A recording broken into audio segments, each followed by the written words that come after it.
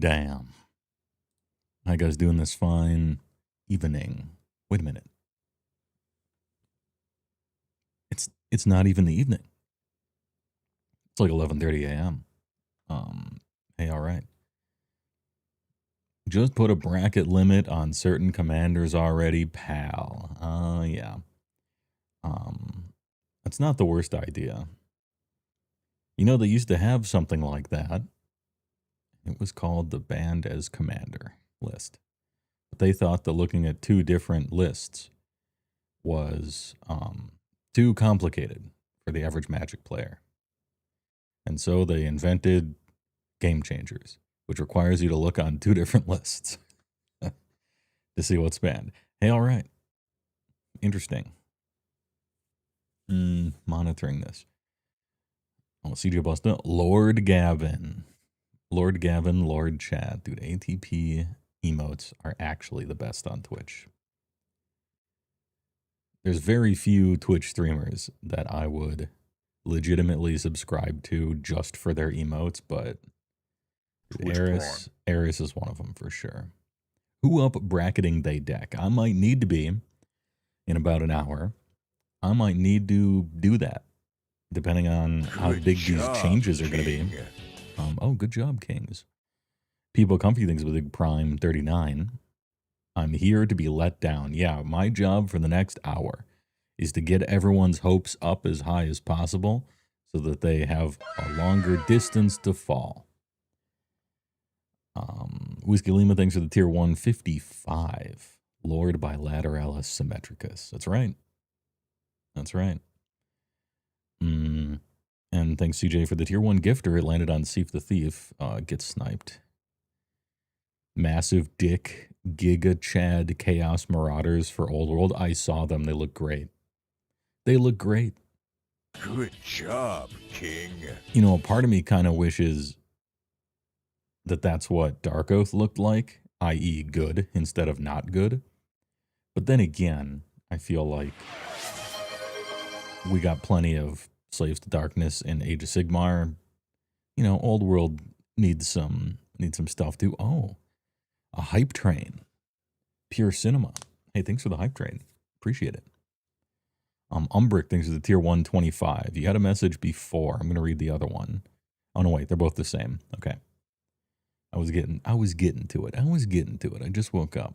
That's a lie. I woke up at like 8, but HeyWoah.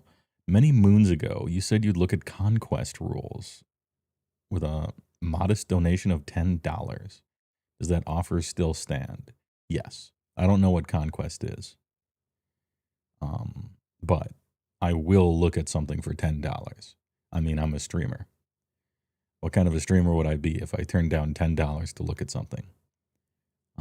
It might not be on this stream exactly, okay? Because we're kind of focused here, but I am not financially stable enough to turn down $10. You found a Magmadroth and Fireslayer Orc Runefather model for $20. So you guess you're painting Sparta dwarves now. Hell yeah. I like the Magmadroth. The seat that the guy's on is a little goofy in the same way that the ogre one is a little goofy, but I like the creature. The Marauders look so much better than Dark Oath. That's true, yeah. But, you know, the Marauders are newer, and also the Dark Oath weren't a good idea. And so those two things kind of hurt him a little bit. Wake up, Cell, yeah.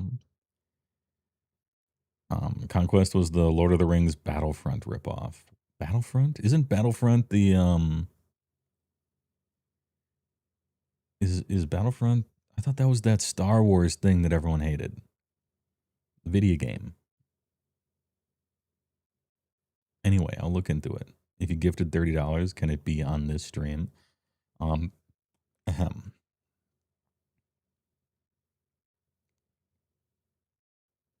I don't know. Let me think about it. It's not that I don't want to look into it. I'm just a brand new streamer, so it might be hard to look stuff up and find a book. I'm not even sure what Conquest is. Is Conquest like a war game? How would I how would I look into it? Read the rules, look at a thing of play. I got to plan out my day, Okay, fantasy war game. I've at least put it into one box now. Keep your money for now. I don't want to disappoint anyone. It's from Parabellum. Matthew Maliz just got into Magic this week, interested in seeing more comprehensive bracket delineations. Same. I just got into Magic in 94 or 95 with the Dark. So I too am looking forward to seeing more comprehensive bracket delineations. Hey, well, about to take an exam you haven't studied for. You have a big stream. Hey, you have a big exam. And remember, for future exams, I developed this system when I was going through college in the early 2000s.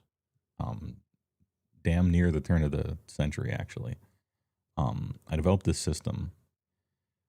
Like, the best way to cheat for an exam is to, learn the material beforehand. It's like cheating in advance, because then you know all the stuff. It's actually the best type of cheating, is to learn it beforehand. I hope that helps. Conquest is a rank and flank war game like the old world. Okay. Speaking of side games, did you see the new reveal for the Duardin for Warhammer Quest? No, I didn't. I saw the Slaves to Darkness. I didn't see the Duardin for WQ. Sold as Fug.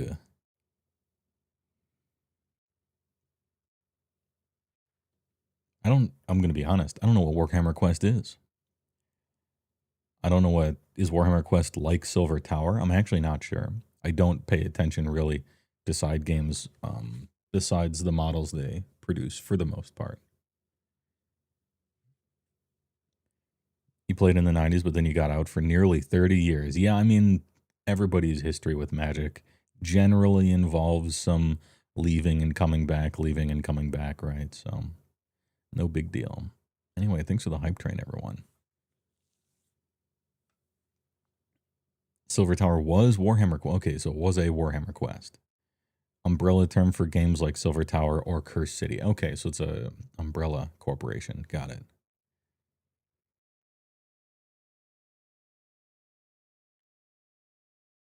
All right, Curse City, Silver Tower. I'm learning. 40k decks got you back after nearly a decade, so Oob is working whether we like it or not. Oh, big. Yeah, Hein D. Oratorius thinks the Biats.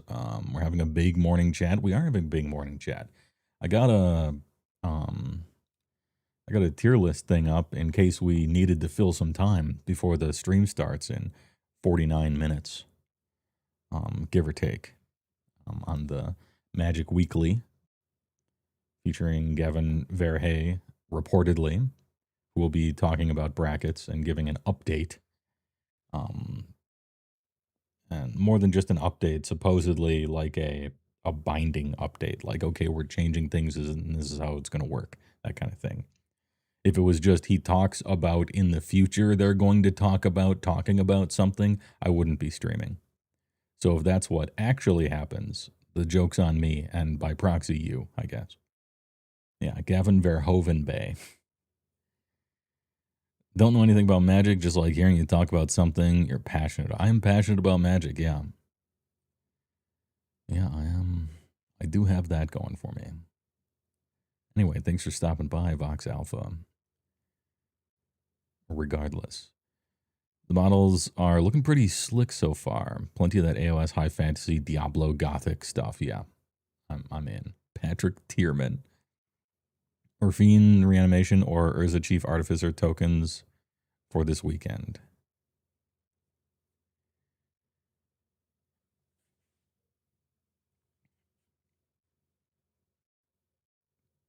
I don't...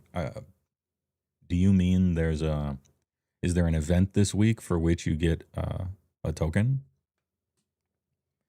You know, like the Star City Games has their own Goblin tokens with Cedric Phillips on them, stuff like that. Is that what you are referring to? For some event? Wait, Chief Artificer. I'm thinking of, or is a Lord High Artificer. I can't. Is Chief Artificer the blue-white one? That melds into a Giga Planeswalker Chad. With the Might Stone and the Meek Stone. And that interaction is so cool that like you almost want to make a commander deck to do that. In before Sol Ring banned, yeah. I've heard a lot of people want to make Sol Ring a game changer. I don't know if it would have the effect they want. No, I think it would actually. I was gonna pull an actually guy thing here. But it really wouldn't, because in my head I'm like, okay, let's do a thought experiment. They make Sol Ring a game changer. How many Sol Rings would you run in all of your decks combined?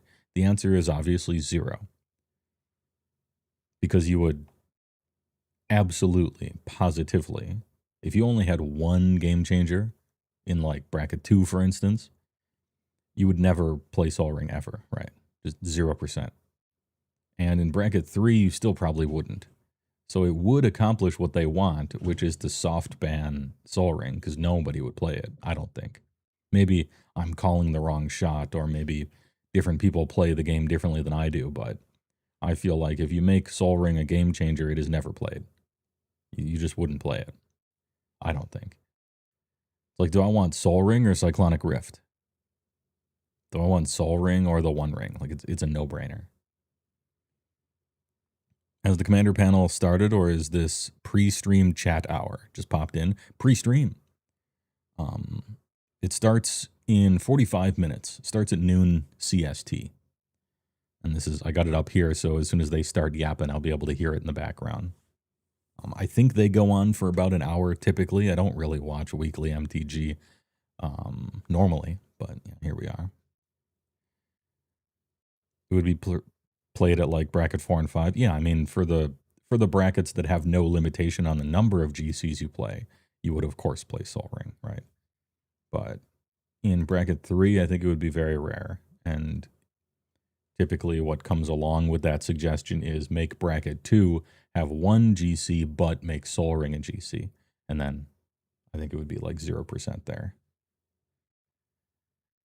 It comes with every precon. How would that work? I mean, that's one of the inherent problems with it. Although I think bracket 2 being called the precon bracket, that might be one of the things they're going to try to clean up, because it's not exactly the clearest. Almost every, I don't know, the first like 50 precons are honestly worse than bracket 1. Like, they're almost unplayable, you know, for the most part. And then there's random, more recent ones that are like, hey, here's a bunch of Naya dinosaurs, and it's actually a bracket 3 deck, even though it's technically a precon, kinda. It's messy. Some of that mess is what I'm hoping Lord Gavin will descend from on high and deliver unto us some clarifications on. A little iteration. You don't understand people's hatred of Sol Ring? The chances are actually pretty high, if you do the math, of 1 out of the 4 people you're playing with starting with a Sol Ring. It's not more likely than not, but the chances are higher than you might imagine.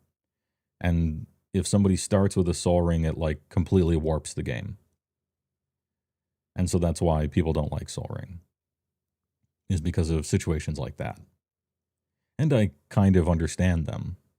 I don't not understand them with that one. I just think it's not as big of a problem, maybe. Or trying to balance commander with that amount of nuance is kind of missing the point of a anti-competitive format. You can see them doing an emergency VV as a game changer decision. Not even the most problematic blue-red commander. It's just recent, and it recently destroyed standard. And so there's some bias there. That would be kind of a knee-jerk thing, I think. But then again, they've done that exact thing before. Where is it? Here we go. Orcish Bowmasters. Card is a menace in constructed play and has been banned from certain formats for how much it warps the format against creatures, right? But in Commander, the card is positively not a problem in any capacity.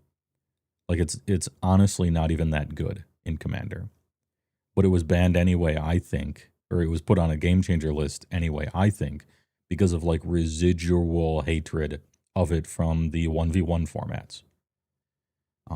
You know, it's very, very different than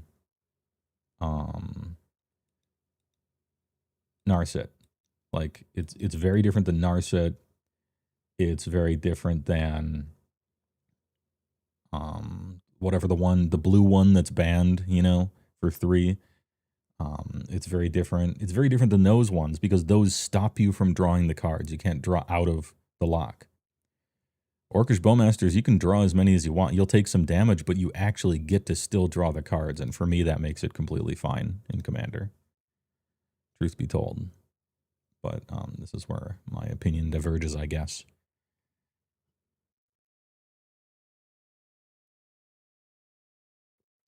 You look at the original Precon deck lists, I was there when they were printed, yes. They were bad. Do you want to bring Edgar Master Machinist or Kuja to your game tonight? Cool. I don't know. I would need more information. I could be your coin flip, I guess.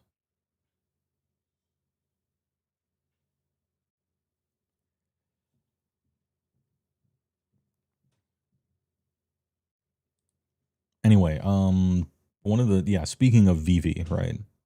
One of the problems with putting commanders on the game changer list is you could think of 50 to put on.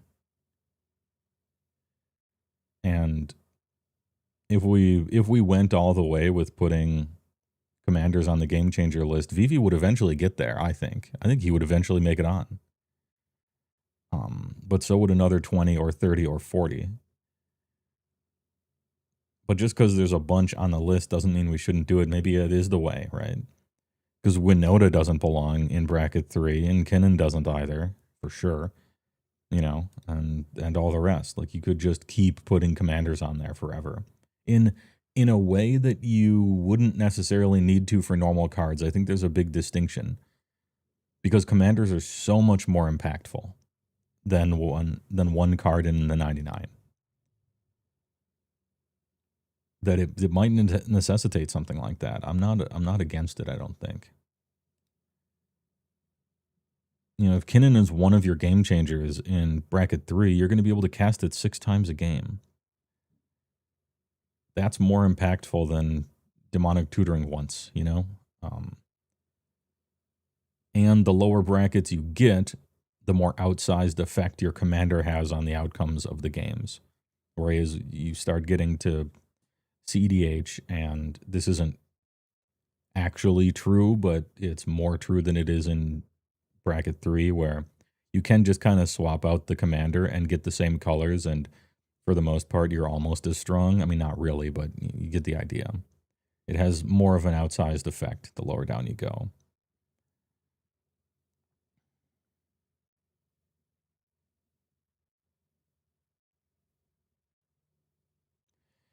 The issue with Bowmaster is not they take damage. It's if player 3 draws 2, you kill player 1 and 3's 1/1s. Yeah, the creatures will kind of die a little bit until you draw something to kill a single 1/1. So yeah, that's true. I just don't rate that I don't rate that crazy. It's like good value. It's a solid value, great creature. It has flash. You can surprise somebody with it. We obviously know a little bit about what's coming. Massive. Big. My word, it has exploded. Loads. So we're coming a bit early. Dude, we're coming a bit early. Umbrick, thanks for the 1,600 bits. Appreciate it. That's a big amount of bits. Loads, dude. Anyway, to me, the difference is you have like a class of anti-draw that just says you don't draw cards, 0. So if you're stuck underneath it, you can't draw out of it and you lose, right? Orcish Bowmasters, a creature or 2 dies. Hey, all right.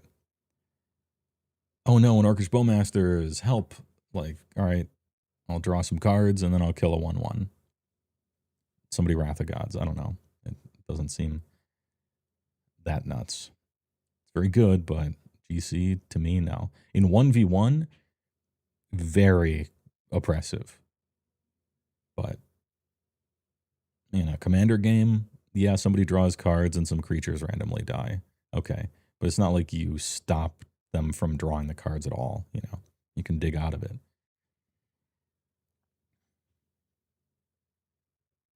Play basically all the meta blue-red commanders. You have the blue-red Storm Shell fully foiled, including stuff like Intuition. It's by far your favorite thing for EDH. Blue-red, is it, man? Patrick, is it, man?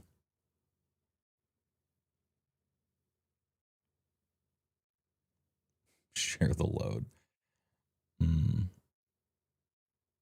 Just DM me the link, Umbrick. I assume it's for the Conquest thing. If I'm going to look into Conquest, I'm not just going to like do it off the cuff. I'll make a show out of it. You know, I'll make like a stream out of it or something. One of these weekdays here. That's what I meant by the other thing. Sol Ring's biggest crime is being turbo cheap monetarily. If it was expensive as Monocrypt, it probably wouldn't even be close to as much of a problem. The availability is half of it. I suppose, yeah. I can see that one two ways, right? Because if nobody has a card, then truly the card isn't a problem, right? In a certain respect. Like, let's pretend for a moment that nobody proxies cards. And maybe you think Gaia's Cradle should be banned. Well, it doesn't matter because no one owns a Gaia's Cradle. Like, just nobody has those. Or a Tabernacle. Tabernacle is probably a better example. Literally no one owns a Tabernacle, so it doesn't matter. And that's bad because you don't want to ban or unban things based on their price. And in that way, you kind of are, right? Except the opposite. Oh, if a card is problematic, it's fine because it's expensive, so no one has it. It's like the opposite of banning for cost in a certain way. But on the other hand, it's actually not a problem, and kind of who cares why? It's just not a problem, so there it is, you know? Counterpoint proxying should be the norm in non-competitive formats. I kind of disagree, but that is the case right now. So it doesn't really matter what I think. Proxying, I have found in my personal experience, seems to be pretty universal. Just you go into a game store and play at a table, people at your table are just proxying stuff. It's just the way the community has evolved over time. So whether or not it should, it just is.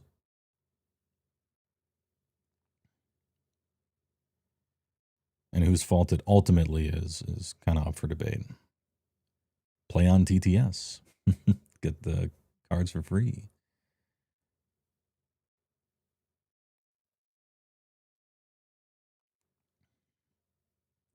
Speaking of Orcish Bowmasters, off the list.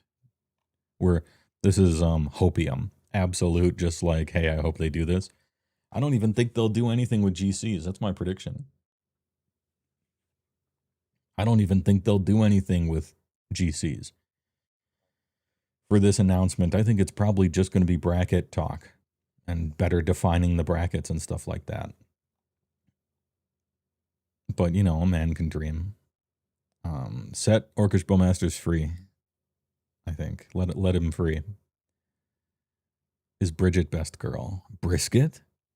This isn't the Guilty Gear Strive stream. What's up, Krot?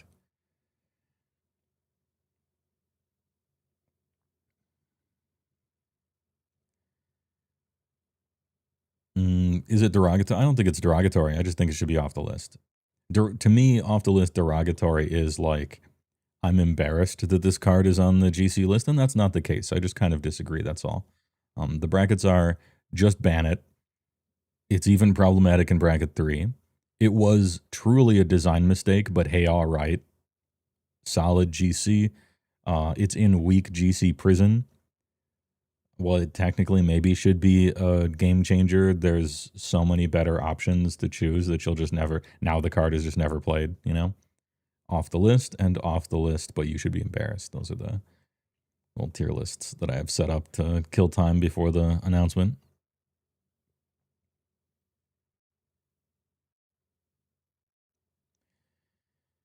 Kind of glad proxying is so accepted.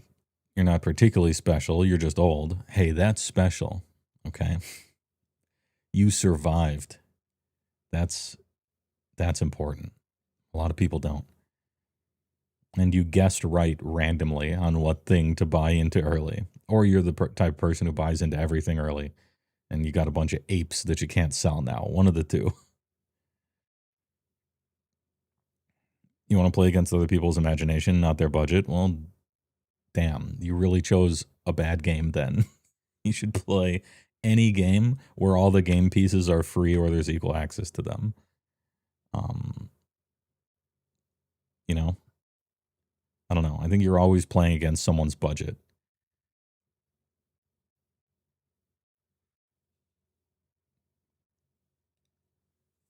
Sometimes the budget isn't very high. But I think in one way or another, you're always playing against someone's budget.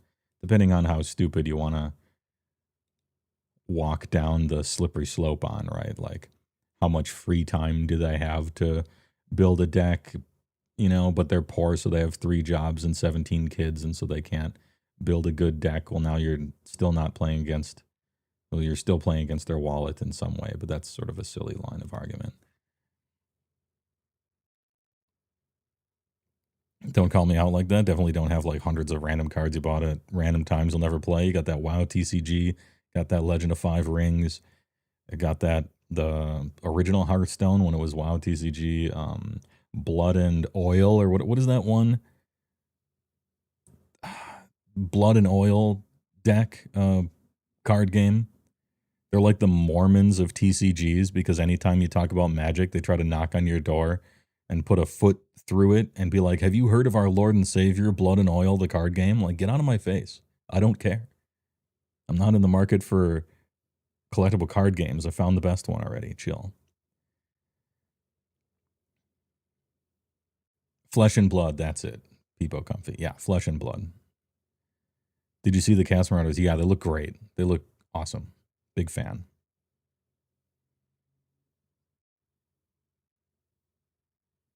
Age of Sigmar Champions, true, Merc. Yeah, I played it at Gen Con.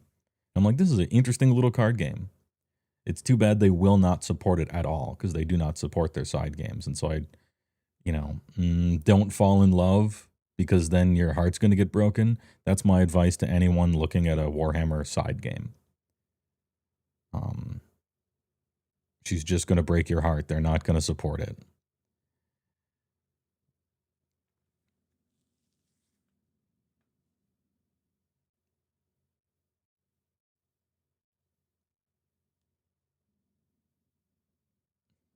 Yeah, Underworlds is like the single survivor.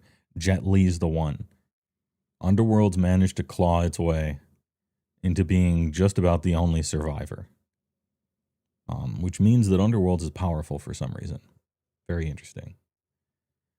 You mean the stripper doesn't? Yeah, maybe like the stripper doesn't love. Yeah, I guess maybe it's that type of thing.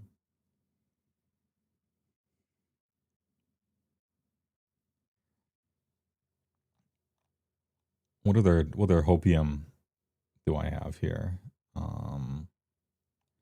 Ristic Study. I hope they ban it finally. Whenever they ban Ristic Study, it will have been 12 years too late. But the best time is now, and the second best time was 2009. And the third best time was 2010, and so on and so forth. Get this shit out of here. Probably this too.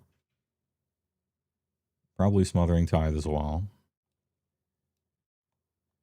There's there's like 10 floor stories in between these two though.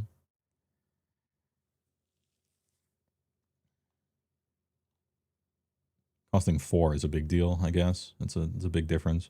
But it's impossible to play around, unlike Ristic Study, where you technically can, but no one does. Ban Smothering Tits, too. Even if it has the best art. Dude, I have the good art version of it. I got the Laughing Ladies. I got the Laughing Ladies one. And even I think, yeah, you should maybe ban it. The shit gives you, it's splashable. It gives you a Black Lotus every turn cycle, and that's the worst. That's the floor. It only goes up from there.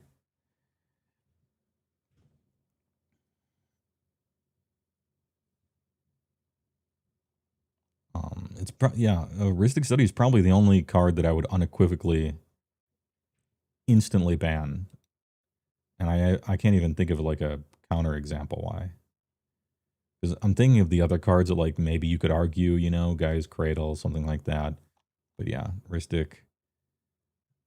I can't believe Rhystic Study is still legal after all this time. Insane card.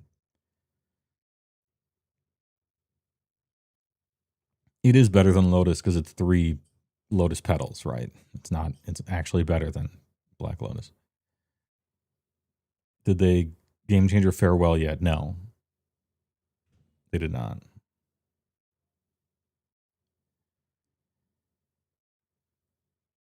Don't be a Rhystic Study hater. You love the card. It's quintessential EDH. I disagree. I think it had been soft banned for a long time. I hadn't seen the card in years. Just because it was kind of like Rhystic Study was like Armageddon for a period, for like a decade. It's just you wouldn't play it because it was uncouth. It was uncivilized, right? And then the Game Changers came out and it gave everyone an excuse to put it in everything. And now I got to deal with it all the time.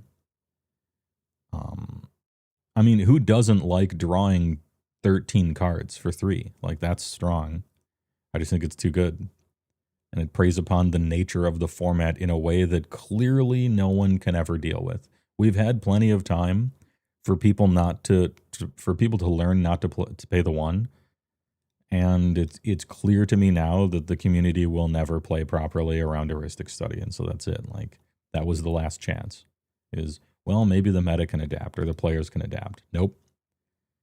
Nope, it's splashable, pay 3, and draw enough cards to win the game. Like, you hate Rhystic Study and don't hate Farewell? Oh, I hate Farewell. Don't get me wrong. It's just different. Rhystic Study poisons every part of the game. Farewell poisons the lower tables. And yeah, I think that one, I'm going to have to, at a certain point, the people rise up and they're just like, everyone hates this. And I'm like, yeah, okay. And that's Farewell. I don't think it follows too much of a slippery slope either. I don't think. Like, what's the next most problematic Wrath of God type card after Farewell? I don't think there's anything that is even close to being problematic. It's such a big jump. Merciless Eviction is just one type. You'd say you'd exile one thing. Farewell's a board wipe. It's a strong one, but a board wipe. Yeah. If it didn't exile graveyards, I think it would be fine. But the fact that it does, it just kind of, yeah, just kind of resets everything forever. And then I guess that's a rough one. Maybe Cyclonic Rift is sort of similar. But Cyclonic Rift to me is you cast it at someone's end of turn and then you untap and win the game. So it's a win con. It's not really a board wipe. It's a win con. Farewell isn't a win con. It's just the ultimate not lose con. And the game just is on pause forever and there's no kind of coming back from it. Everyone just sort of starts over with 1,000,000 mana. So I think it's certainly more annoying than it is powerful. How do people feel about Esper Sentinel? It's good. It's a good card. I would play it in most of my white decks. It can, at maximum, only ever draw you 1 card a turn. Therefore, it's fine. Like, that's it. It only cares about non-creature spells, and it can only draw you 1 card. Right? Which means that it scales down kind of poorly. A lot of times, an Esper Sentinel will draw you 0 cards a turn in bracket 3 or bracket 2. Where everyone's just casting a creature just over and over every turn. And you're like, this card doesn't even draw me anything. It's kind of like Mystic Remora in that way. It's also a lot easier to remove as a creature and an artifact and a 1/1 and with a once per limit, and if you just cast creatures into it, it doesn't do anything. That's definitely enough reasons why it's definitely enough like softening of it to be completely fine, I think.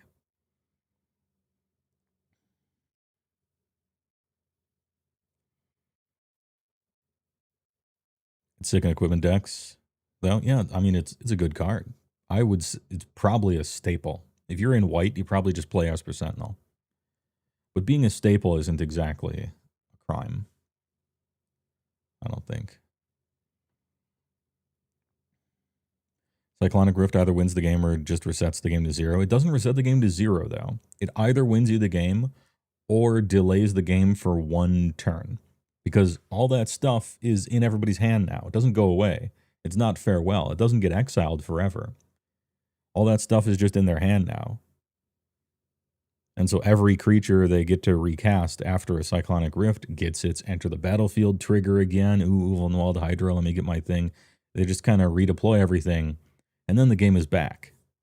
Sometimes someone might have to discard to hand size because of it, or whatever. You are in a favorable position afterwards. Even once everybody gets their stuff back, it essentially steals the person's next turn. But they get to cast all that stuff again. They get all the effects again. Cyclonic Rift, not as bad as Farewell to me. Serious question, why aren't Stasis and Winter Orb just banned at this point? 99% of players hate them and they don't really do anything but stop the game. Yeah, what is it? Stasis and Winter Orb very often win the saltiest cards lists every time, right? It's sort of like, why aren't Armageddon and Ravages of War from Portal banned? And here's my real answer. There's too many of them. That's the answer. Stasis effects, Winter Orb effects, Stack Piece effects, Destroy All Land effects. There's 20 of them each. Probably more. There might be 100.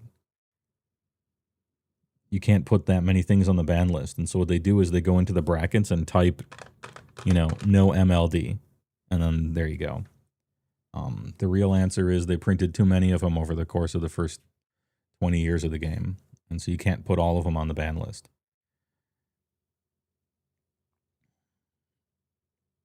Iona was banned and not Blood Moon. That is correct. Those two things punish the two opposite ends of the spectrum. Iona punishes poor people. Because the poorer you are, the fewer colors you have in your decks in general. All the way down to monocolor. And so Iona just destroys you if you're a monocolor deck. You can't do anything. The game's over for you. And all of your opponents don't feel like saving you, because why would they? Blood Moon punishes rich people. Blood Moon eats the rich, right? The more dual lands and surveil lands and fetch lands and everything that you have, Blood Moon hurts you, right? So they each are pinpoint targeting a different demographic, right? Iona hurts poor people, Blood Moon hurts rich people. And so Iona is banned because we ban hurting poor people. But Blood Moon is only allowed depending on the bracket, right? So if you're a rich person and you play in bracket 4 and someone plays a Blood Moon, you should be able to buy your way out of that situation. Float mana in response to be able to Assassin's Trophy it or whatever, right? Search for your 1 beta dual land so that you can discard a Boseiju to it, some $75 solution. And I think both of those things are proper, Blood Moon hurts rich people, but you have better tools to deal with it. And Iona hurts poor people, and they can't help themselves, so you have to ban them.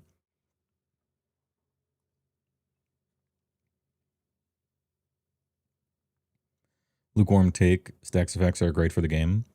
I mean, I think, great for the game, no, but it's part of the game, and it shouldn't be sectioned off. That playstyle shouldn't be quite as hated as it is, but it is hated. And I can't tell people they're wrong. Well, I guess I can. Ahem. What's the red card next to Tabernacle? Jessica's Will. You'll be familiar with Jessica's Will because it's basically Seething Song except a little better. And since it's a red card that's like Seething Song except a little better, they have to put it on the Game Changer list. Otherwise, red wouldn't have anything on the Game Changer list. It would be embarrassing. I think truly I think there is only one red card deserving to be on the Game Changer list, and it's Underworld Breach. Is the only red card I would put in Game Changers at all. Jessica's Will is very strong, shouldn't be on the list. Deflecting Swat, it's embarrassing that this card is on the list. It's like a quintessential commander fun card. Like, it creates funny commander moments. Oh, swerve instead of this thing, that thing happens. I think that's cool and fun. I don't know. To me, it's crazy that it's on the list at all. And Gamble is bad. It's a bad card. The only time Gamble is not a bad card is when it's used as basically an Entomb in a complete combo deck, which you should not be playing in any of the brackets that limit Game Changers in the first place, right? So it's sort of like, I don't think it should be on the list. It's like only problematic in bracket 4, and you go below bracket 4 and the card's bad, and that's Gamble. But that's just my opinion.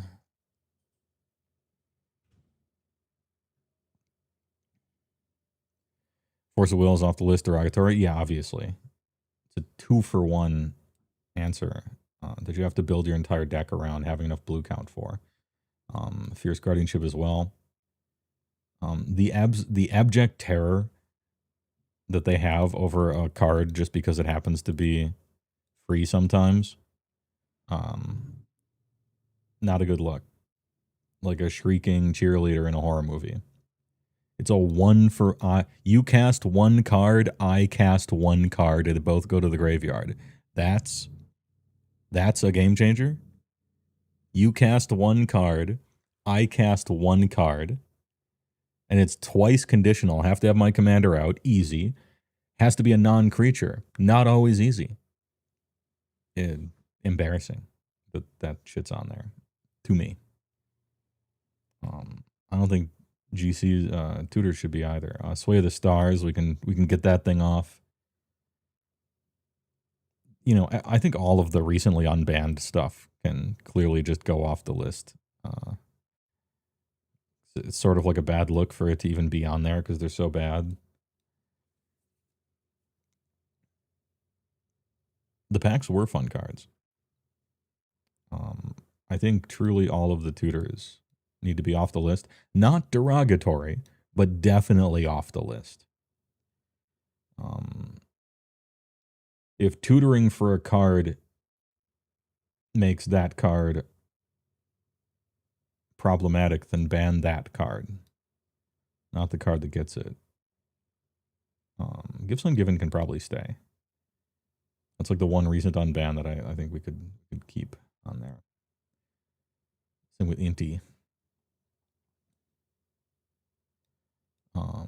Gifts and Intuition I feel are solid. GC is probably.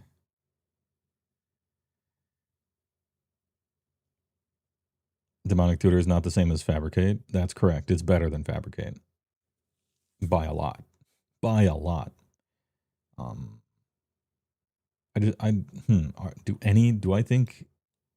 just don't think any tutors should be on the Game Changer list. It's like maybe a fundamental disagreement. I don't think the concept of a tutor needs to be on the list.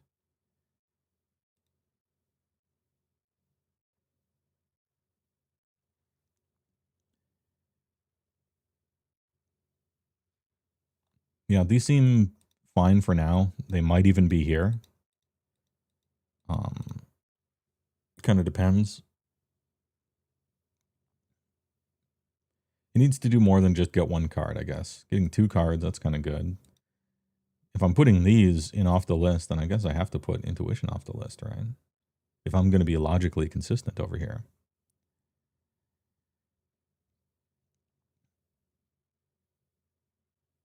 Any others I'm forgetting? Oh yeah, Worldly Tutor. Look at how many tutors are on this list. It's crazy.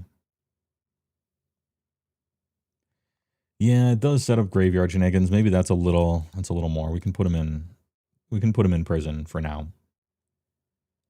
Survival of the Fittest. It's kind of an engine. I don't know about this one. Survival of the Fittest is like $300, right? If Survival of the Fittest was $1, would it be on here?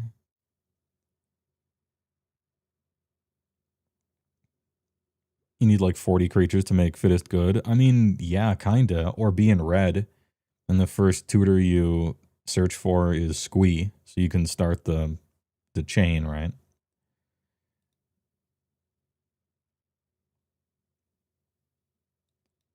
Seedborn Muse. It's even problematic. Maybe even problematic in 3, but it's really just time. It's just a waste of time, right? It's like its biggest sin is what a hog it is.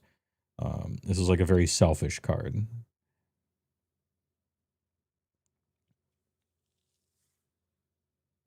Yeah, turning late game monodorks into bombs. Oh yeah, people can be true. Survival fundamentally undoes one of the downsides of playing a bunch of Birds of Paradise in your otherwise really good deck, and you're like, oh well, now I play a bunch of Llanowar Elves and Birds of Paradise, but I might top deck them later, and so that's a downside. And then Survival of the Fittest is like, never mind, perfect draws.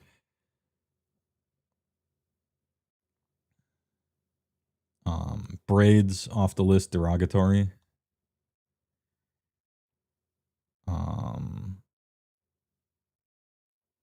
What else? Any other derogatory off the list?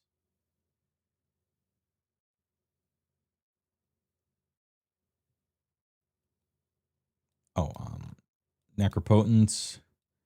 It's problematic even in bracket 3. Card's insane. Yeah, Aura Shards maybe. I think Aura Shards is in weak game changer prison. Aura Shards is like on the list for the same reason that Farewell should be on the list, in my opinion. The only reason I think you would put Aura Shards on the list is that if you are playing artifacts or you are playing enchantments and your opponent has an Aura Shards, you cannot play the game until you get Aura Shards off the battlefield. Like, you're done. Oh, you're playing an equipment deck, or oh, you're playing an Enchantress or something. All right, Aura Shards. You no longer get to play Magic until Aura Shards leaves the table, right? Like, that's crazy. In the same way with Farewell. Oh, you're playing a graveyard deck? Well, I have a Farewell. So you, not only do you lose, but no one remembers your name. Like, your family tree lights on fire if someone Farewells you in a graveyard deck, right? And if we are going to put stuff on the Game Changer list for curb stomping Silver Bullet some archetypes so bad that they can't play, like with Aura Shards, then I guess Farewell probably has to go on as well. Natural Order is only there because of the hoof. Although, to be perfectly honest, I see Natural Order into Seedborn Muse every once in a while. Or Mr. Poop, so you can sack him and do the search for total 6 mana value stuff and just make Hoof the GC, not the tutor. Well, the problem with Hoof is that there's 34 cards almost as good as Hoof. They are distinctly worse than Hoof, though, but they are all just about as good, almost. What's up, Crow Roost? Been agents to be able to cash a live one. Yeah, we're waiting the next 8 minutes until a big announcement. Trying for the Hordes will kill him with Infect. What's the one for 5? It's not Overrun. It's the new Overrun that gives everything XX, where X is the biggest. Anyway, it's harder to tutor for a sorcery than it is a creature. I understand that. It's one of the reasons why Hoof is so good. There's like 2 or 3 backup Hooves that are almost as good as Hoove. The one that gives everything Vigilance. There's a red-green one now that stops damage prevention. You know, Iblix. There's some other stuff. Yeah, the Boars, Overwhelming Stampede, Crimson, that's the one, yeah. The Ibex, or the Iblix. I'm just going to say it. Just ban it. Guys, Cradle, get out of here. Fantastically too powerful, I think. I could hear an argument for this. I could be swayed. But Guy's Cradle does not belong within 200 feet of an elementary school if that elementary school is bracket 3. Just not okay. I would sooner ban it, to be honest, although that would really hurt the secondary market for it. Arbiter's off the list, derogatory. Oh, you mean Arbiter. I'm sorry. I heard Magistrate in my head.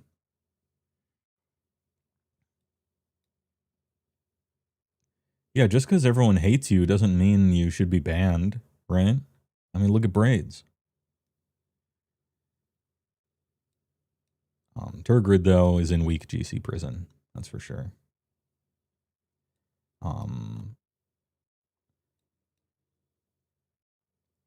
Fundamentally goes against the spirit of the entire format, so it should be banned, is what I 50% think.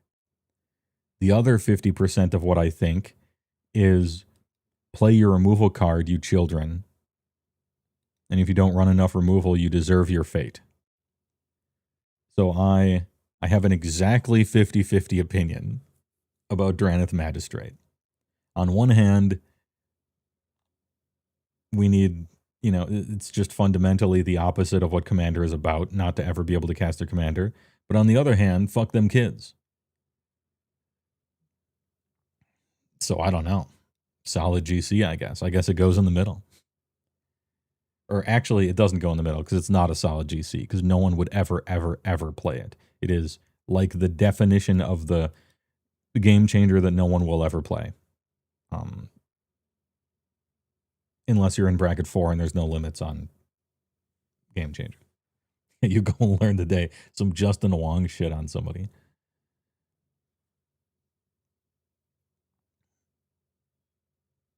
You like the discount guys, Cradle? Rights of Itlamok. Yeah. Growing Rights. And then also the creature that's triple green that does the same thing. Responsible deck building Gatekeeper. It does deal with the commander you don't want to be cast. That's true. The game changer list is kind of trying to deal with commanders you don't want to be cast, though. I think. Let's see. Can we get all of them up here? Is that all of them? Any other game changer commanders? No, okay. I don't know how to feel about game changer commanders.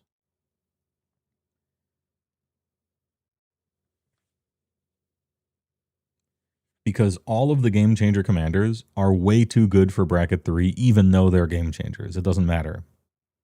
Like, if they're the commander, they're going to warp the entire thing.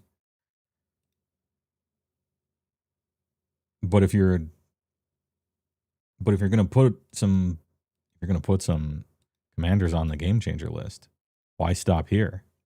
Put Vivi on here, right? Put Voja on here, who's not okay for bracket 3 either. Or the Feather, right? Or just whoever. You could actually think of probably 50. Maybe all 50 should go on. I don't know, how zoomed in are we supposed to try to get? All the partners, even the bad partners, even the terrible ones. There's only 4 good partners in the whole game, right? Just about.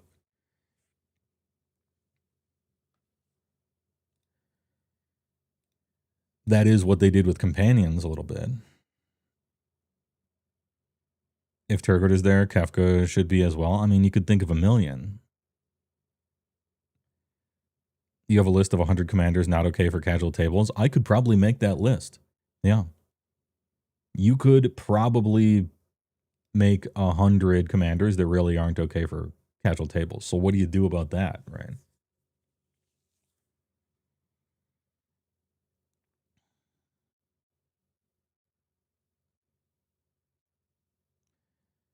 Yeah, the Eminence mechanic, just period.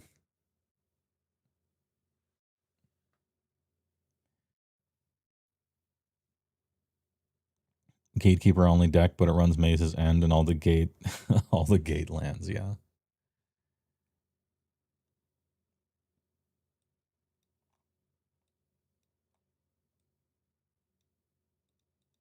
I'm gonna put every like Insano turbo combo card in this bracket, right? Necro, Adnaz, Underworld Breach, fucking Chrome Mox, right? I'm just yeah, Lion's Eye Diamond, Grim Mono, Thassa, just every turbo combo card. Probably just goes in that bracket really quickly.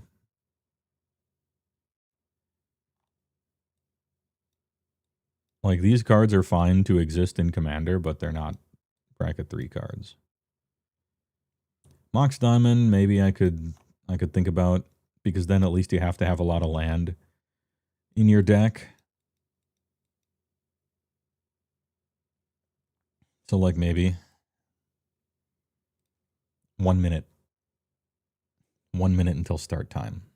Unless it already has started and it did the thing where it didn't. No, okay. Still going. Stream rewind. Ooh, we can rewind. No, 4 minutes. Play announcement and commander brackets update. It's going to start any minute now. This is the perfect time to get a drink. BRB. BRB drink getter. Just in time.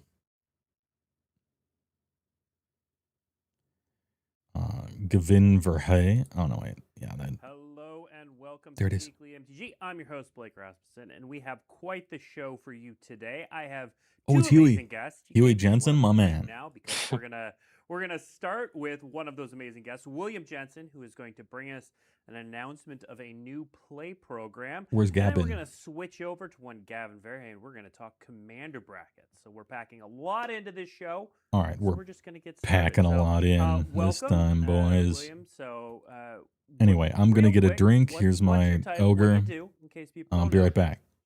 I am the Senior Director of Global Play Programs here at Wizards of the Coast. And what does that mean?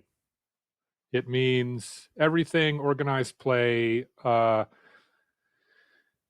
up through my teams, and eventually to me, that's commander parties, high-level competitive play, the Pro Tour, the World Championship, pre-release, everything in organized play. All right. And lately in the past couple of years, we've had you on every once in a while to talk about updates, tweaks, changes to plans, but today you're announcing something completely new, right? New and exciting. Should I just get right to it? I don't want to wait anymore. Just dive right in. Yeah. I know you're excited for this one. Yeah. Okay, in 2027, we're going to be hosting a Magic the Gathering Limited Championship. It is going to be similar in size to a Pro Tour, though not with the Pro Tour name. It's going to be an all-limited event with $500,000 prize pool. Like I said, approximately the same player size as a Pro Tour, give or take. And players can start qualifying for that event all throughout 2026.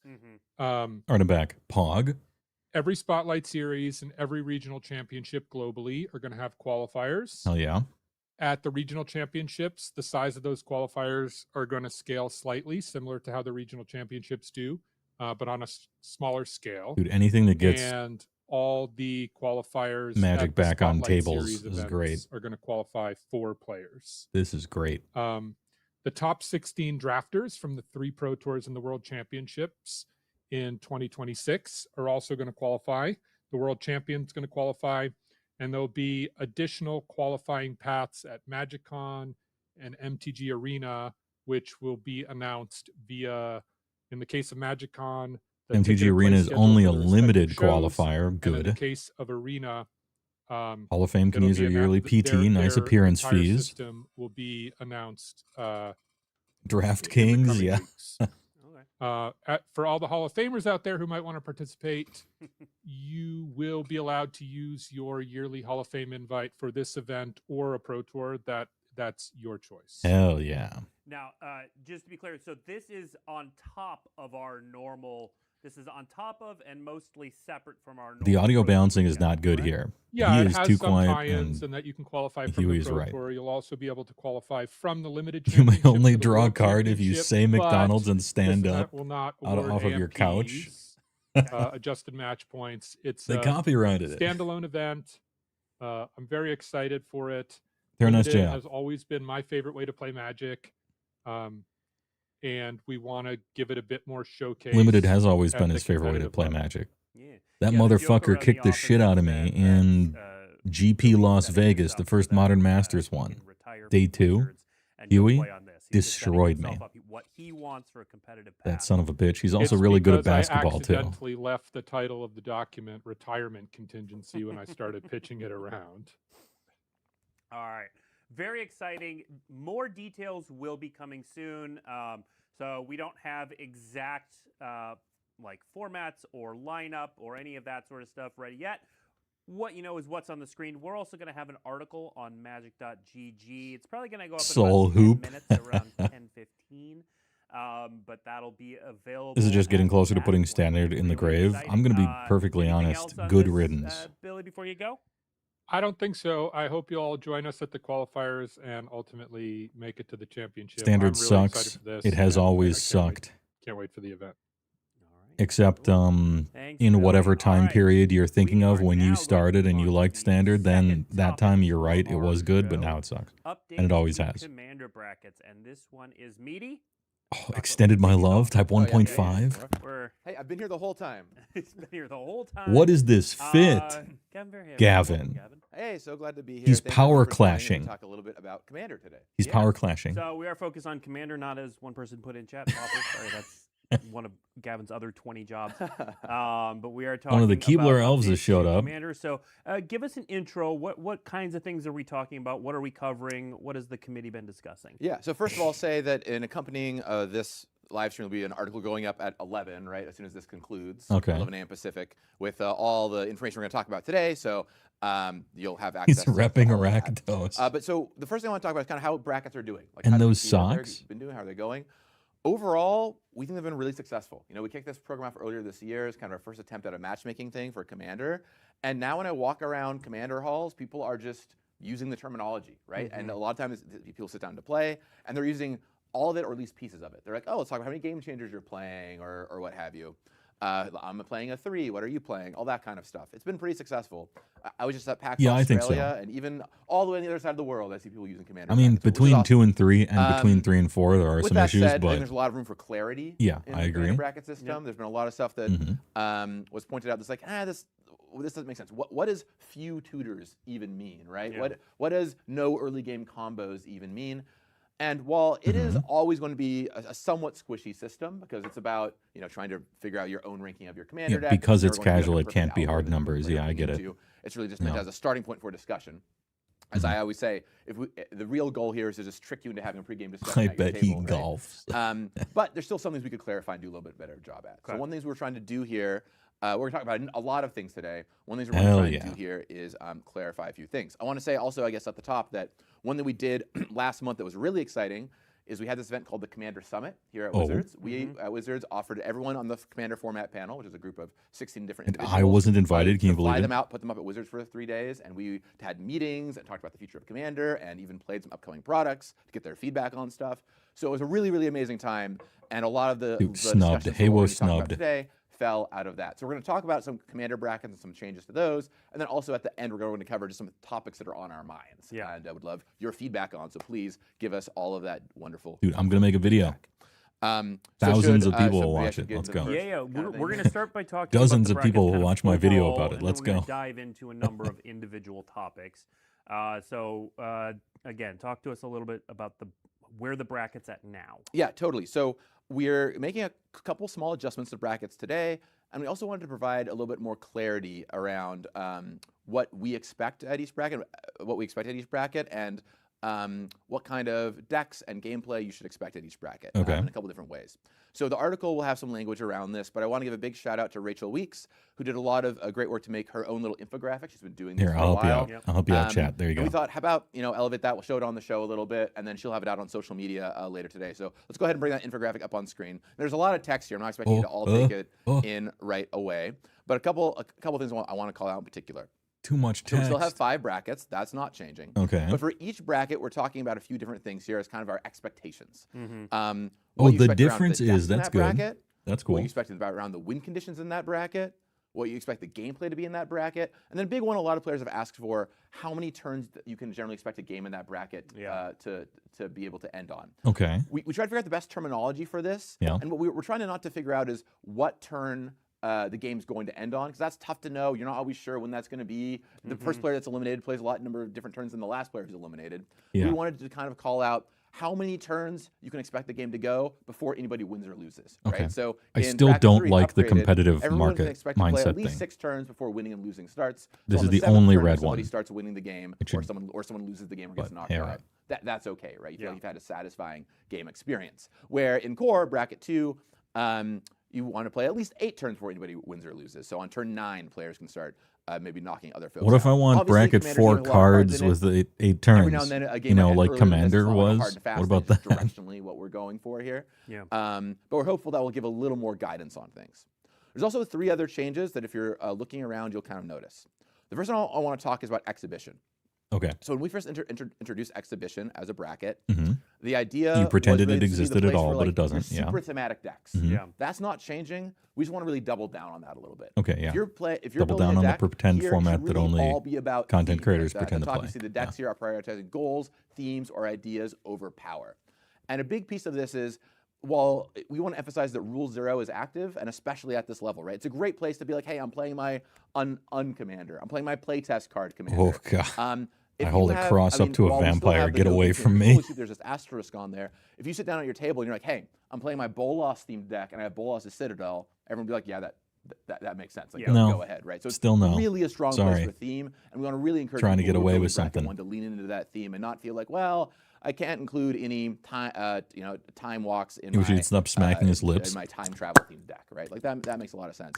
And I'll say that folks who have built bracket 1 decks are Ugh. really enjoying it so far. I've seen a lot of really cool and unique decks out there in the world when I see bracket 1 played, so that's awesome.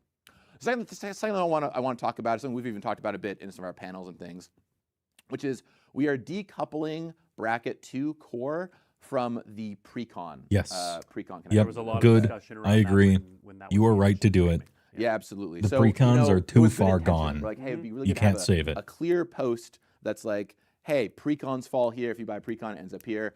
But they've kind of found 2 big problems with that.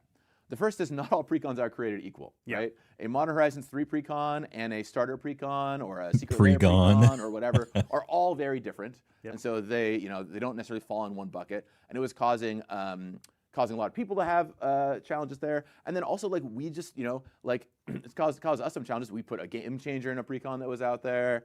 There was an infinite combo in a pre-con that we just didn't even notice and made it out into the world, right? It's like, well, that's maybe not sending the best message. Yeah. The other thing that makes it complicated is pre-cons have changed a lot. A lot of people who have been playing for a while have an idea of what a pre-con was 5, 6, 7 years ago, which is so different from what pre-cons are today. And so we wanted to just decouple that a little bit. And also, and kind of take that away. Which I think also means that a lot of folks who were playing at 3 might slide down into 2. They're like, oh, my deck's Sure. not a pre-con. Okay. Sure. The third thing that we're removing is, and the last kind of change we're making to the way the brackets work, is we're removing the tutor restriction. here. Sure. So we said few tutors previously. We didn't really get any guidance on what Yes. few meant, which was a little confusing. And since then, we have put a bunch of tutors on the game changer list. Yeah. The strongest ones, demonic tutors on the game changer list, enlightened tutor, a lot of that stuff's on the game changer list now. And we think that's just a better way to kind of monitor and mitigate the. I would have tutor done it the thing, exact because opposite if you way, say- take them let's say all most off and websites then take limit tutors them as being 3 in the tutors, right? brackets, but Well, if you already can't play the strongest tutors, the 4th tutor you're going to put in your deck is like so far down the list of the tutors you're excited about. If you're filling your deck with 4 and 5 mana black tutors, it's not as problematic, right? Right. And it might make the game play out the same way a little bit every time, but Mm-hmm. it's going to be much slower. It's not going to be as big of an issue. So we want to kind of take the tutor restriction off and let the game changer list deal with the strongest tutors that are Okay. out there. Makes sense. And those are the three biggest changes. Like I said, this is kind of a graphic that I think that's the Rachel second whipped up. best thing Great they could have job to done. Rachel, she did a lot of work on this, showed it to us. Yeah, we talked Rachel about Weeks it a did bunch. She'll this. have this out on her own. And she did the other one that was Just also a good. little bit of a guideline for what we kind of expect at each level, which players have been asking about. Now, chat is continuing to ask questions. They have many questions, but one of them is about game changers. So, with these updates to the brackets, are there also going to be any changes to the game changers list? Wow, Blake, I'm so glad you asked. It's like what we're talking about today. Yeah, there are some updates to the game changers list we're going to be talking about today. So one of the things I talked about in the last article that we wrote is we're going to be looking at the philosophy for what makes a game changer. And that's actually one of the big things we talked about while folks were out here for the Commander Summit is what is the philosophy around game changers.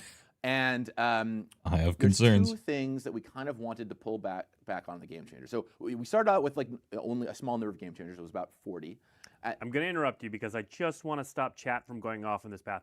Are there any bans or unbans? There's today? no bans or unbans today. We said previously there will be no bans or unbans this year. All right, the scourge of Ristic Study. You can start to expect us to hear talk about that next year. We did talk about that a bunch. And I will say there is, toward the end of this video, there is some ban and unban related discussion. But nothing is actually happening. Okay, so we can talk about Ristic Study. Okay, yeah. All right, okay. sure. Game changers list, yes, changing. Yes. Bans, unbans, not changing. Right. Okay. Hopefully, Sorry, Force of Will, Fierce Guardianship, off the Game Changers list. That's good. Let's pull back on that. Good call out there. Okay, so we want to talk some around the philosophy of what makes a game changer a game changer. We did a bunch of discussion around that. We started with about 40 or so of them when we rolled out the system. Yep. Then we added in a bunch more.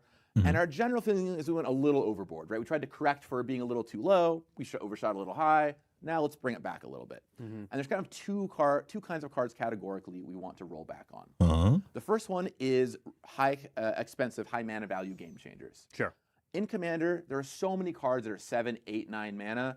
If you cast them, the game is going to change because you spent 8 mana on them and it's a rare or something like that, right? Expropriate off. There's plenty of those out there in the world, and the delta between the best one and the next best one is not that gigantic, and there'll be tons more of these in the future, right? So we wanted to kind of pull back on that. Vorinclex really Freedom. Focus game changers on a lot of the lower mana value cards that are the ones that come down early and really warp a game around them. Yeah, right? yeah. So ultimately, if your opponent casts a spell on turn 8 and it ends up crushing everybody, you're like, well, yeah, it's turn 8. That happens. But if they cast a card on turn 2 or 3 and it snowballs your advantage really fast, that's where it really feels like, wow, you're playing at a different level than me. Yeah. The second thing we wanted to kind of categorically look at is commanders. And I referenced this a bunch. Commanders was an issue. I wonder which way they go with it. All right, so let's bring in 4 cards that are coming off. Here's 4 cards we're taking off the list. Yep. Expropriate, Jin-Gitaxias Core Augur, Sway of the Stars, and Vorinclex. All 4 are going right now into my I'll kind of Simic. talk through each of them a little bit here. So Expropriate, Bracket 2 Simic. Incredibly powerful card. If you've ever been on the receiving end of this, it's strong because basically what happens almost every time. You tap 9 mana and win the game. Turn, yeah. Everyone else votes for steal a permanent, and you end up with an extra turn and a permanent from everybody else. Yeah, and you probably win. Really but look, but it is 9 fine. mana. Yeah. You're allowed to do pretty powerful things at 9 mana. It also exiles itself. You're not looping stuff, and a lot of the brackets do call out extra turns, right? So if your deck is built around looping extra turns, you can't even do that at the lower brackets. So it's less of a concern. Jin-Gitaxias, same deal. It's a 10 mana card. Yes, you can reanimate it. It can come into play early. Yes, you draw 7 cards, but also Jin-Gitaxias costs 1 black. Takes it down, okay. All that kind of costs stuff. 1 black mana. And Don't 10 be fooled. Mana, once again, it's so pricey. Sway came off the Game Changers list, or came off the ban list, excuse me, earlier this year. Sway is just a trash card that no one will ever play. At the time, we were like, we're not really worried about this card being a problem, but let's see how it plays out. And so far, I've heard of very little reports of this card being problematic. And at 10 mana, I think it's well within the World Fire range of like World Fire is on a Game Changer. What commander do you run in your Simic deck? I don't actually have a Simic deck. It was a joke. Vorinclex is very much in a similar vein. It's annoying. It's frustrating. It does some mana denial stuff. If somebody swords is it, and then they don't untap their plans, like whatever. I don't know. That's strong, but also you could be casting Nyxbloom Ancient and all kinds of cards by the time hit that mana there's crazier stuff you you can cast than back Vorinclex. on some of these, and there's a couple notable ones that we did not pull off, and we'll get to those a little bit later. I'll talk about those a little bit, and reasons why we didn't touch them. Why we didn't touch Coalition Victory. All right, so now we can talk about the now category. let's talk about the next category, commanders. Yeah. Okay, great. So when it comes to playing Commander, there's one thing you know before the game starts, and that is the other people's commanders. Right? Yeah. You're always going to know what that is before it starts. So it is the easiest thing to have a pregame discussion about and talk about. Yeah, or be like, I agree. hey, I just don't feel like playing against that today, right? And so we want to draw some lines over what makes a legendary creature on the Game Changer list. The one that kind of draws where we cards and landed lets you was, play an If extra a land. card is unfun or really strong in the 99, then that's still eligible to be a Game Changer. So for example, Turgrid, really unfun, strong in 99s of discard decks. That's staying on the Game Changers list. Okay. But there's some that we want to Kinnan, pull same off thing. that we think are pretty fine in the 99s of a lot of decks. And so it's someone's commander. You kind of know what's up if these are someone's commander. So let's bring those up on screen here, and I'll kind of talk through them. These are the 4 cards that are coming off. Kinnan Urza, is okay in the Artificer, 99. Crazy. Rico, the Tiger Shadow, Kinnan, Bond of Prodigy, and Winota, Joiner of Forces.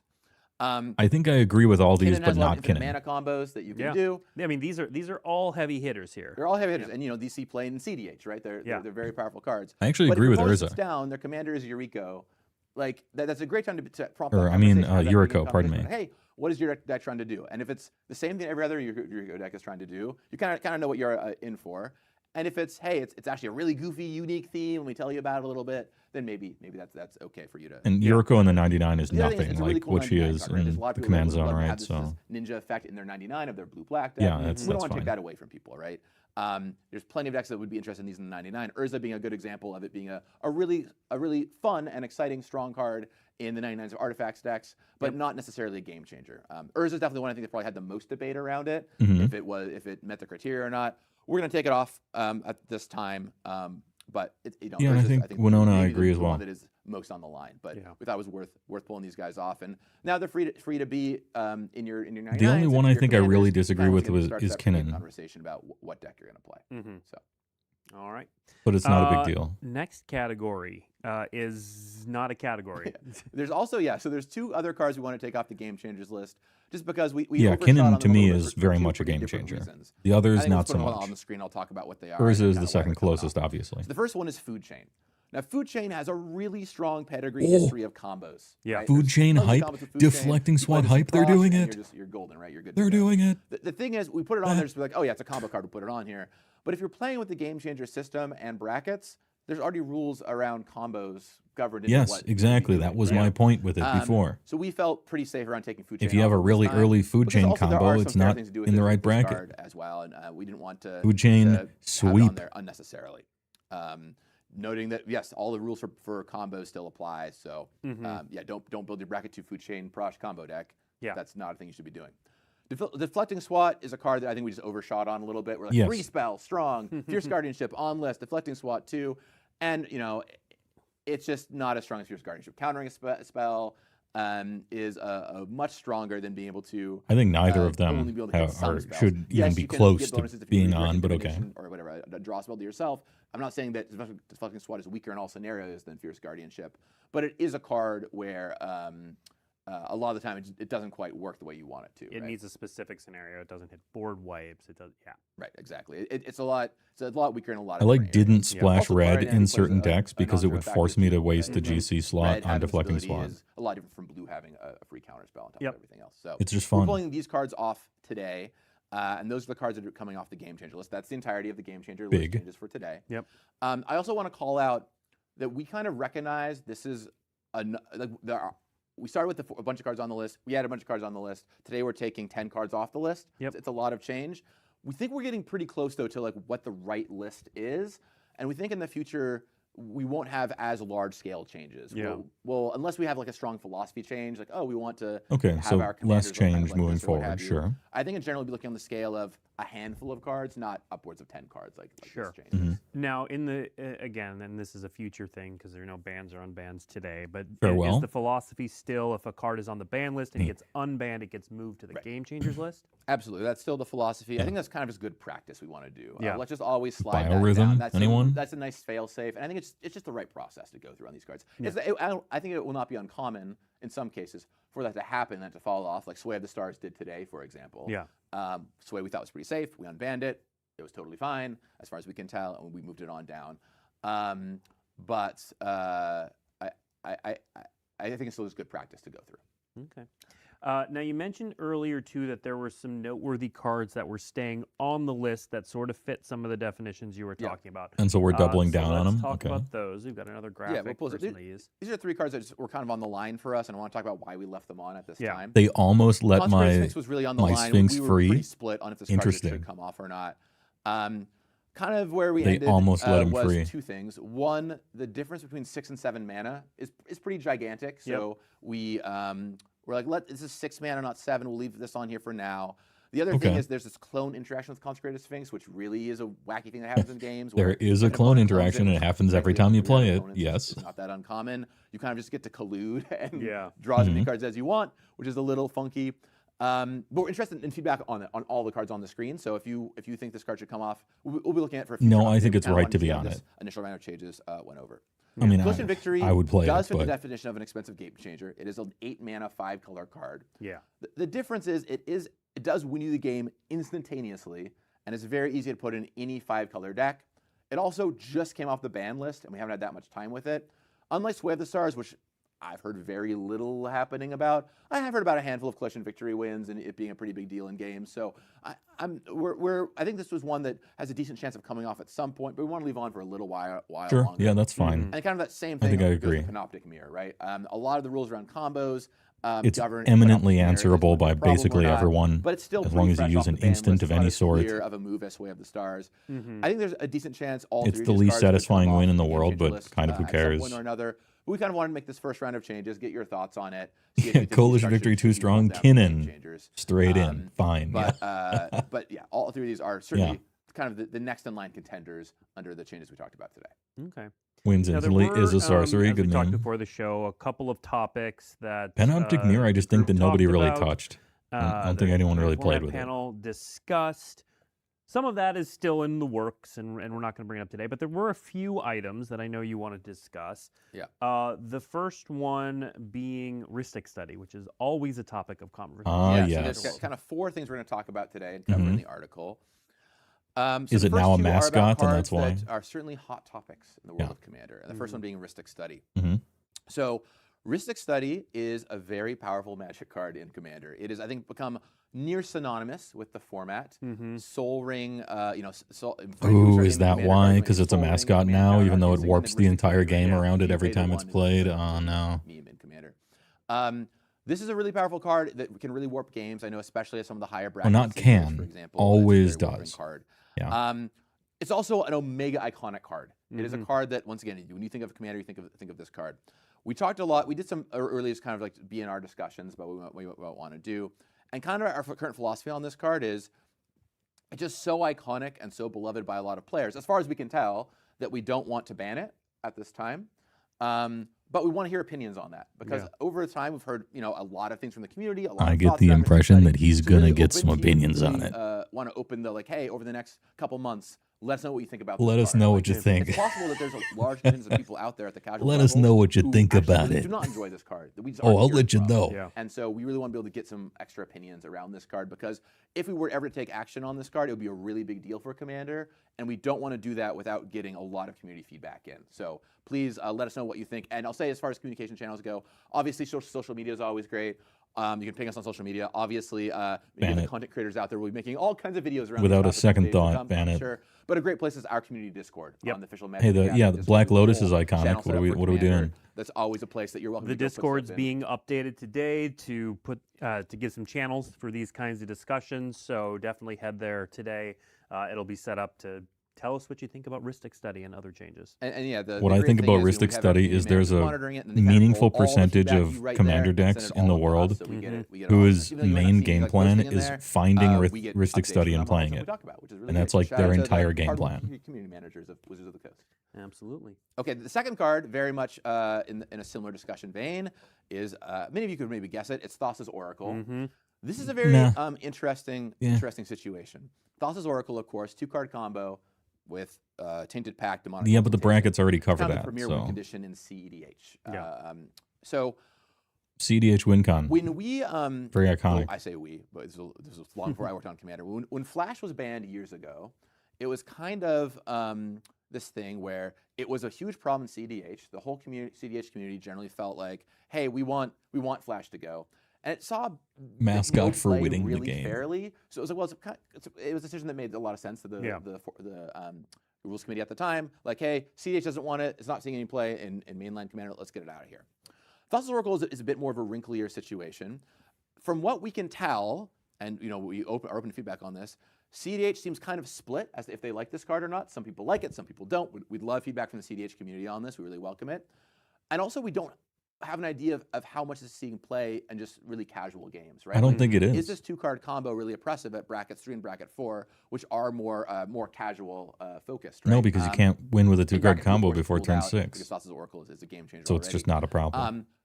Or players aren't using the bracket system. Is this happening at your in-home games? Would love I to guess hear it's a from you. problem in Is this a bracket 4, frustrating but thing? Are you bracket happy 4 to has have its it own around? problems. It's a And card it's that we're not really open to Thassa's feedback Oracle. on. Once again, our general position with bans is we prefer to really just use the game changer list where possible to monitor this stuff. So we don't really want to ban unless absolutely necessary.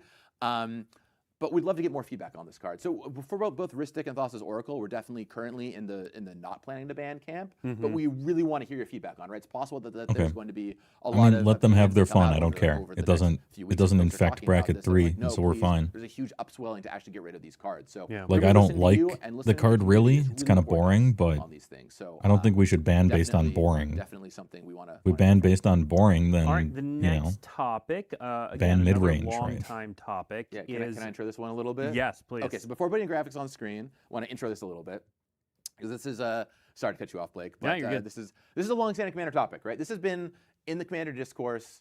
Are we talking about prime time now? Ever. Yeah. We talked through a lot of potential rules changes while the rules committee was here, and maybe this is the one I think had the most discussion around it, and is the one that Banning I wanna Ristic would focus the affect them community more, on. A lot of right? folks But it have would talked about affect this the a lot. rest of Commander It's a more as thing well, that, in a good way. would open up a lot of cards to be played in decks, and also do some pretty cool things for Magic design as well. And that is hybrid mana. Let's go ahead and put it on the screen. I'll kind of talk through hybrid mana for a second here. So when we were designing hybrid at Wizards, we treat it as an or, right? We're very much like, you can put this in a green or a white deck. Right. So that's how we design it. That's how hybrid is designed. So when we're redeemed, we're like, great, this card can go It's in a happening. green or a white deck. I was here. That's how it works. And these days when we Manamorphose, make my hybrid mana beloved. cards, we make them under the color pie rules. The of Shadowmoor colors, and demigods often in they're restricted to monocolor? cards Oh. because they have to. Color can play them. Commander is the place where that or is suddenly treated as an and, which is strange. It's kind of the one place where that's true. The logic is a little And, shaky, but I don't care how There's he just a lot got of to cool it. Cards that are We're here. locked under hybrid would be awesome tools for monocolor decks. We're Yes, always they looking at ways to would. make monocolor decks stronger. Yes. And getting access to, say, Kitchen Finks in your mono white or mono green deck would be like a really cool thing to have access to. Dude, Kitchen Finks kind of We've also goated. been coming out with more hybrid recently, and there's more hybrid to come in the future. Mm-hmm. And letting players have access to those cards, I think, would be a pretty cool thing for us to be able to do from a design Yes. perspective. It opens up a lot of things. And then from a commander deck building perspective, it's just Murderous Red Cap? a lot of these cards. So I want to talk through a few of these examples on the screen. Dude, so Mono Red proposal would just be got that more strictly for the tools purposes than of anyone deck building else, and only the purposes of relatively deck building, speaking. you can treat it as though it is an or. So Risk the Redeemed here could go in a green deck, a mono green deck. it could go FOD? in a mono Figure white of deck, Destiny? It could go in a white-red deck or whatever. Or it could command your green-white deck as normal, right? Yeah. You can choose which you want for it to be. Oh. When it's on the battlefield, it is still a green-white card. If you play it in your mono white deck, it is still a And I also want to. to. Okay. I also want to. Okay. Just because I'm seeing where chat's going with this. This is Gavin talking through a hypothetical. Yeah, We're yeah. Not making a Yeah. rules change today. Right. I want to be clear. These are all things that we are asking your opinions on. Yes. Oh, Right? We want to fuck, hear I from thought you it was guys a on the rule. phone Why we're telling you, we're like, instead of just making changes, let's hear what the community thinks, right? Yes. Yeah. So this is a point of discussion, not a change. Gabriel being made Shaman would today. still always be Yeah. Okay, green-black, Continue. Great, perfect. right? And so we would treat it as an or just for deck building. On the battlefield, they would still be exactly what it is. If you had Hydroblast in your deck, you would kill a red-blue hybrid card or something like that. Yeah. This does not, going to the example on the right of Deathrite Shaman. Yeah, because this it does has a not mono change symbol. what you need to do with the symbols and text boxes. So Yeah. Deathrite Shaman is still locked to a black-green Still color locked, identity card. yeah. Right? Yeah. This is a card that you could not put in your deck if you're mono green because it still has a black mana symbol on it. That still works as intended. And then in cases like Two-Brid in the middle, like Beseech the Queen here, we call this Two-Brid in Magic design. We could make it work a number of different ways, but I think the most intuitive way is just it's treated exactly the same way as an or. If you want to put this in your deck and cast it for 6 mana, or maybe you do some stuff with Gilded Lotus to be able to cheat it for triple black at off color. Oh, we would let you interesting. do so. I think that's our inclination. Beseeching We discussed this a the lot queen. as a format panel. And And some people were like, "This sounds great, let's go for it." Some people were a little more hesitant. Death Challenge is a bad example. He put it on there so that he could say that it wouldn't work that way. Let's open it to the community and be like, "Hey, we're really looking at this seriously. What do you all think about it? Right? Would it be cool to have more tools I for like monocolor this. decks? Would you be like, oh, that's Ban kinda weird to have Ristic these easily. rolling around? Thassa, don't care. It could be, we really Hybrid interested mana, in your yes. opinions on this. I mean, based on chat, it was just yes, no, yes, no, yes, no, yes, no, yes, no. It's definitely something that people are split on. But yeah, head to the Discord and we can have that discussion. Yeah, we'd really love to hear from you on this one. And yeah, I think like I said, it gives us it would give you a lot of cool monocolor tools, both now and in the future. Some extra cards you get to play around with. Yeah. All right, we are nearing the end. We do have one more topic we want to touch on, but before we get to that, we do have time for some questions. Okay. So well, there's also the fourth. We're gonna get there. We're gonna talk some more. Perfect. All right. We are gonna talk some more, but I want to give, if you have questions, it helps me to tag them as @magic, Risk and then I'll start watching revengeance. chat now. And then once we hit questions, we can start running with them. So you're so good at this, Blake. You're just teeing up to get people I'm just ready to send questions. I'm just teeing things I up should here. never question. Teeing things up, Never dude's got a. All right.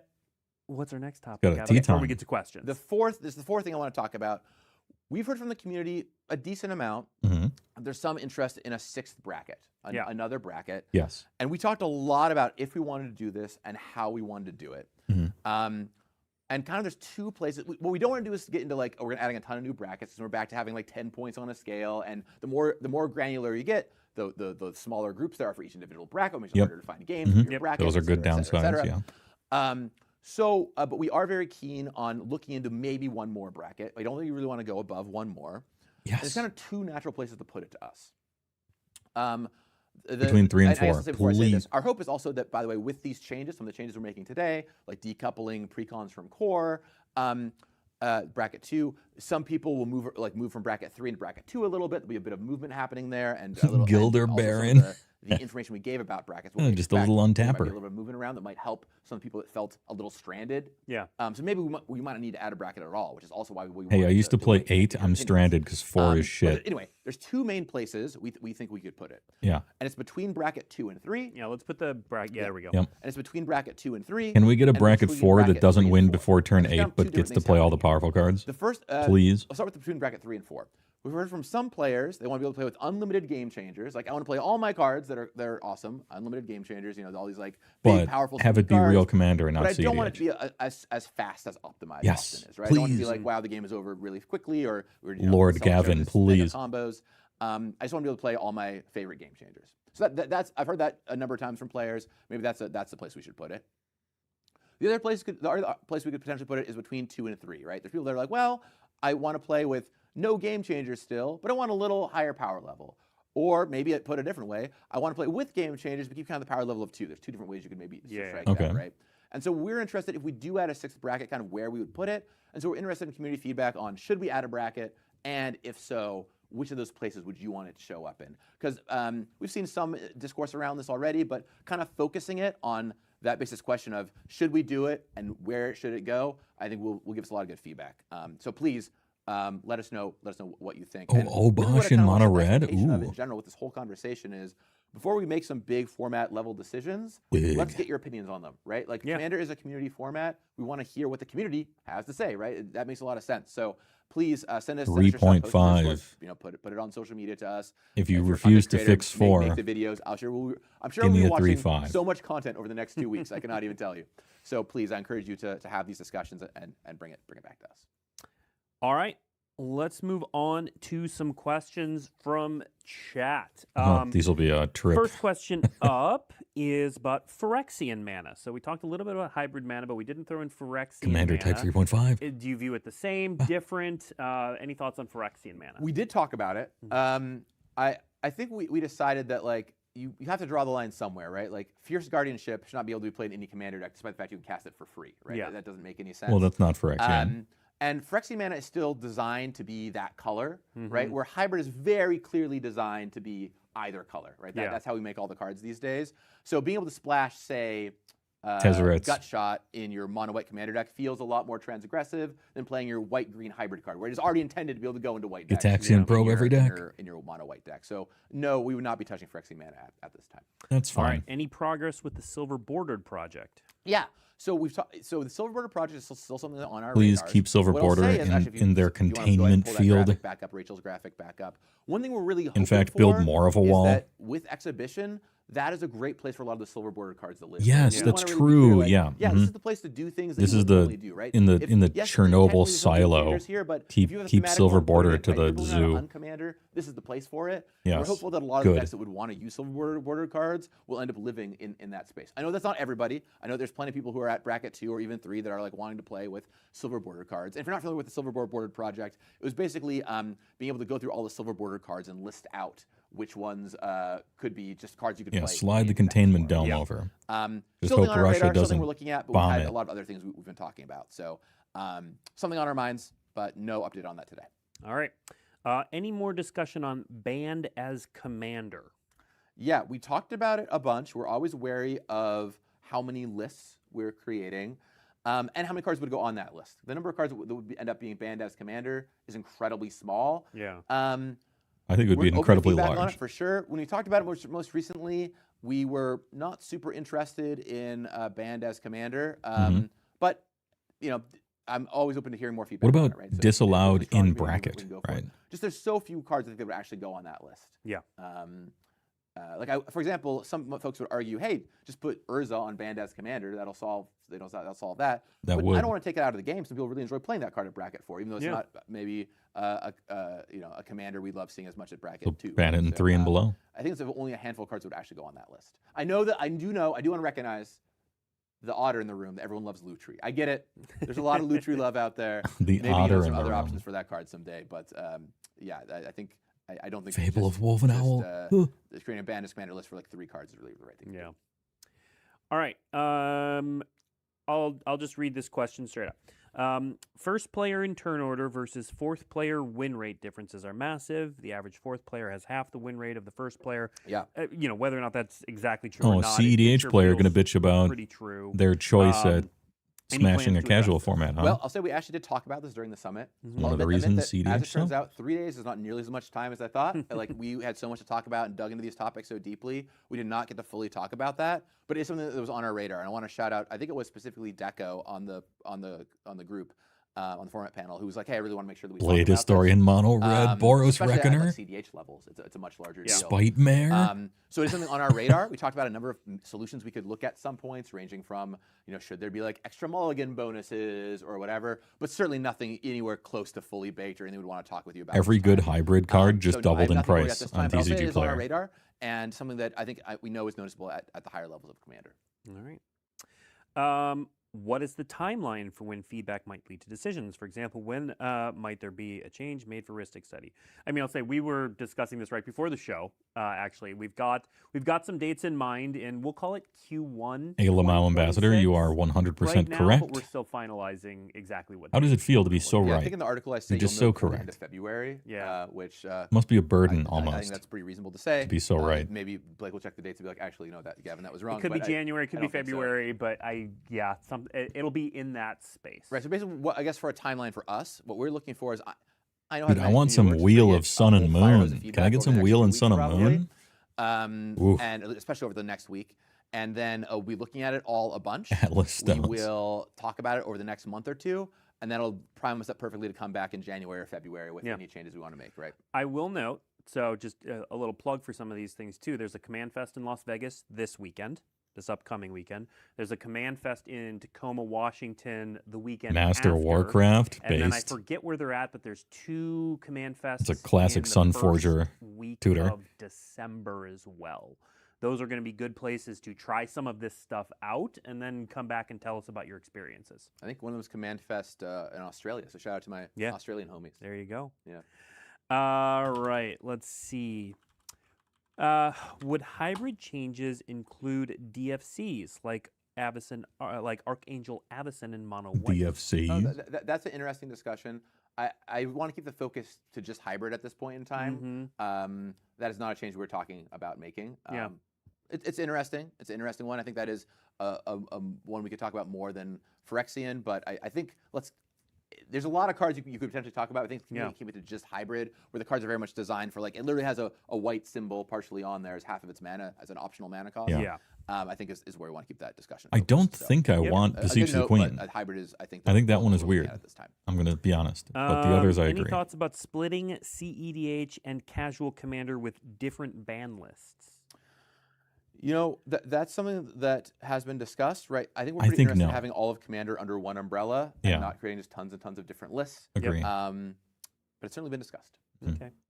The whole point of CEDH is to hijack a format. If you start all right. curating With it's a no return longer Strixhaven, it lost its whole Lessons thing. of Avatar and companions already working Commander. Is there any chance of sideboards coming to Commander? Oh, Yeah, that was on our sideboards. discussion. Please, for, I want to cast wishes, that was on please. our discussion for the I summit. know it would be bad for the game. We I want talked it anyway. about it a little bit. We had a bunch of other stuff we were trying to get through, so we didn't really finish that discussion.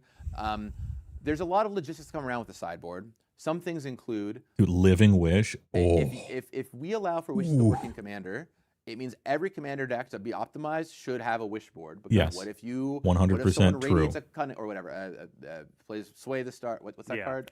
Eye of the Storm. and Burning Cunning Wish. or whatever, right? Yeah, Where, like, yeah. Living players are Wish. copying it. A lot of weird stuff like that starts happening. Glittering Cunning. Also, people have to carry around extra cards. It's gonna be a whole thing. With that said, like I'm a Wish lover. I love Cunning Wish and Burning Wish, or something. Oh, fellow Wish lover. So the idea of getting them to work in Commander would be really cool. It would. But would there's be a lot really of challenges cool. that go along with that Yeah. too. So I do think that's the thing we'll investigate at some point. But I would expect that investigation, I think, more likely than not to turn up with no changes. Yeah. It's possible. It could. Dude, Glittering be Wish seen was at some so point. cool. But Penny it, dude, it, you I'll are say right. it was on our radar. The number of topics we were able to touch on briefly at They the absolutely summit should was pretty not high, and, allow wishes. it's actually I pretty hard wish to they do would it. anyway. Like, oh, what about And this? I would What do about it this? Yeah, immediately. let's I'd be talk so about happy. it. So.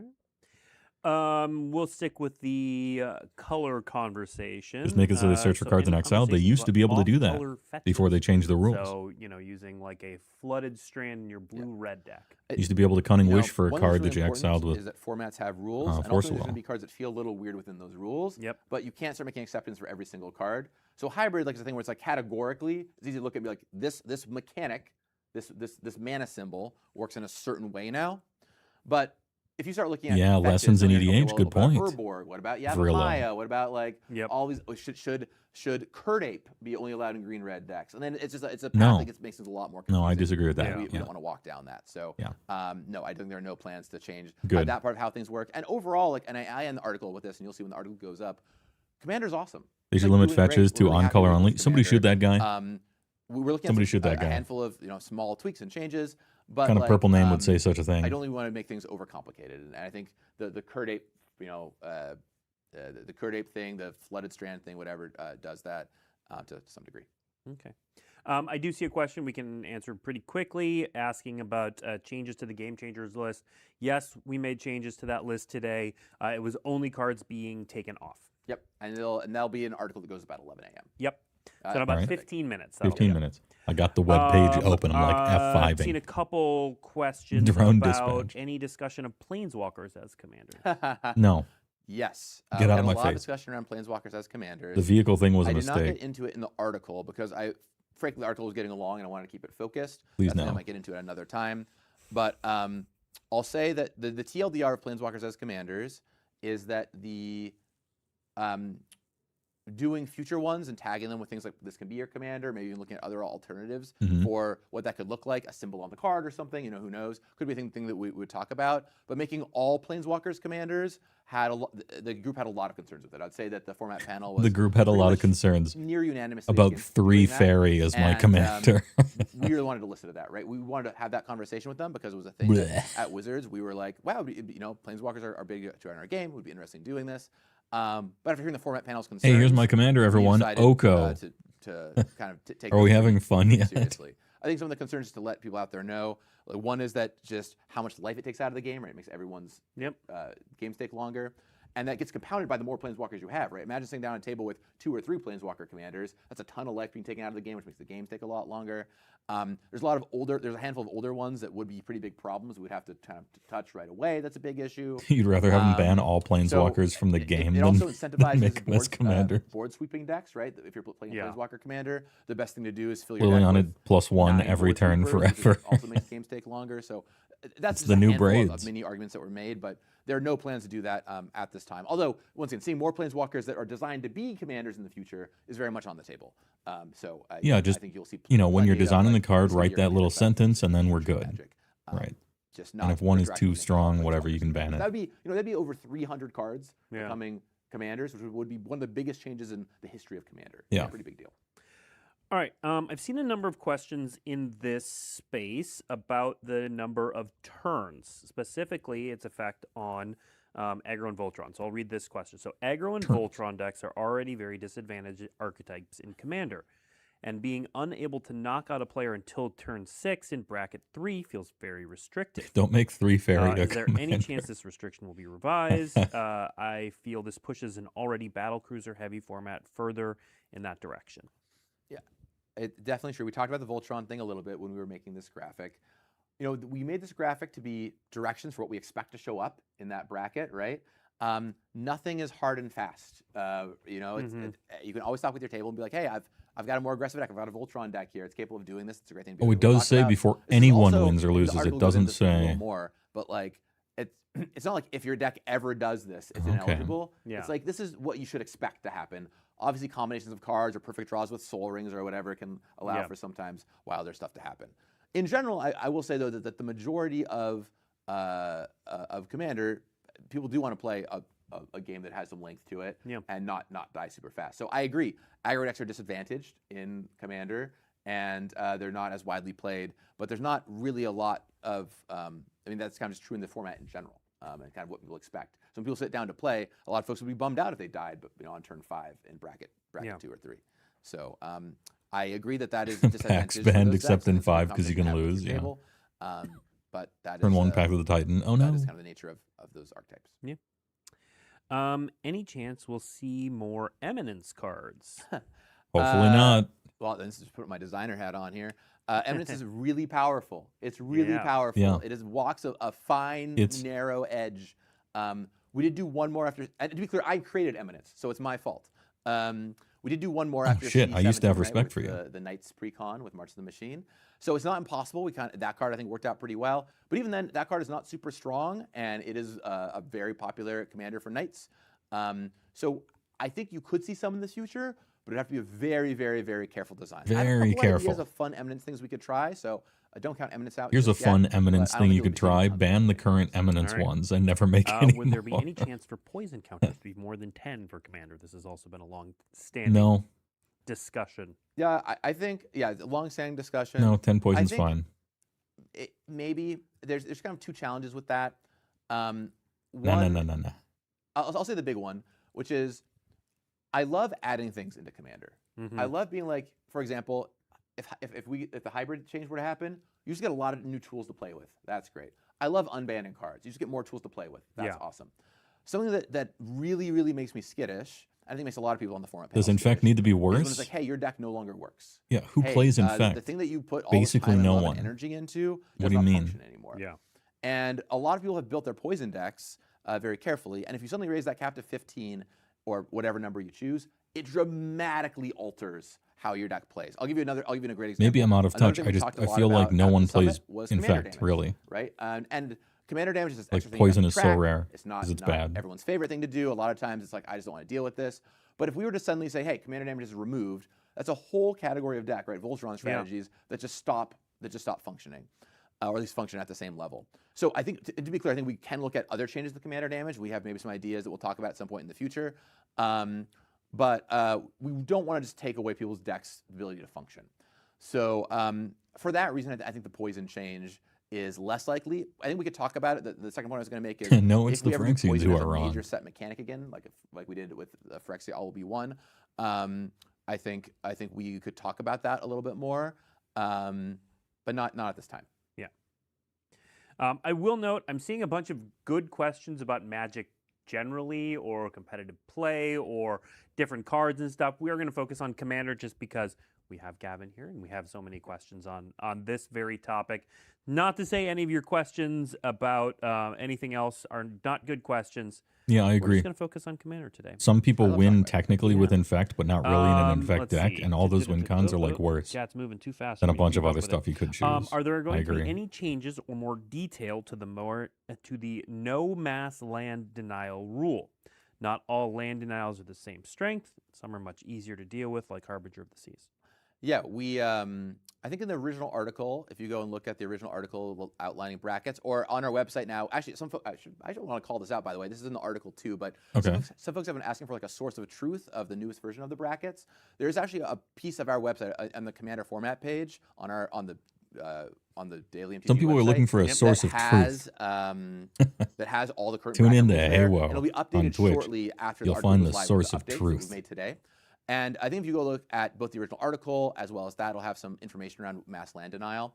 So there are some things around that. Ultimately, it gets just really really ticky-tacky to start being like, okay,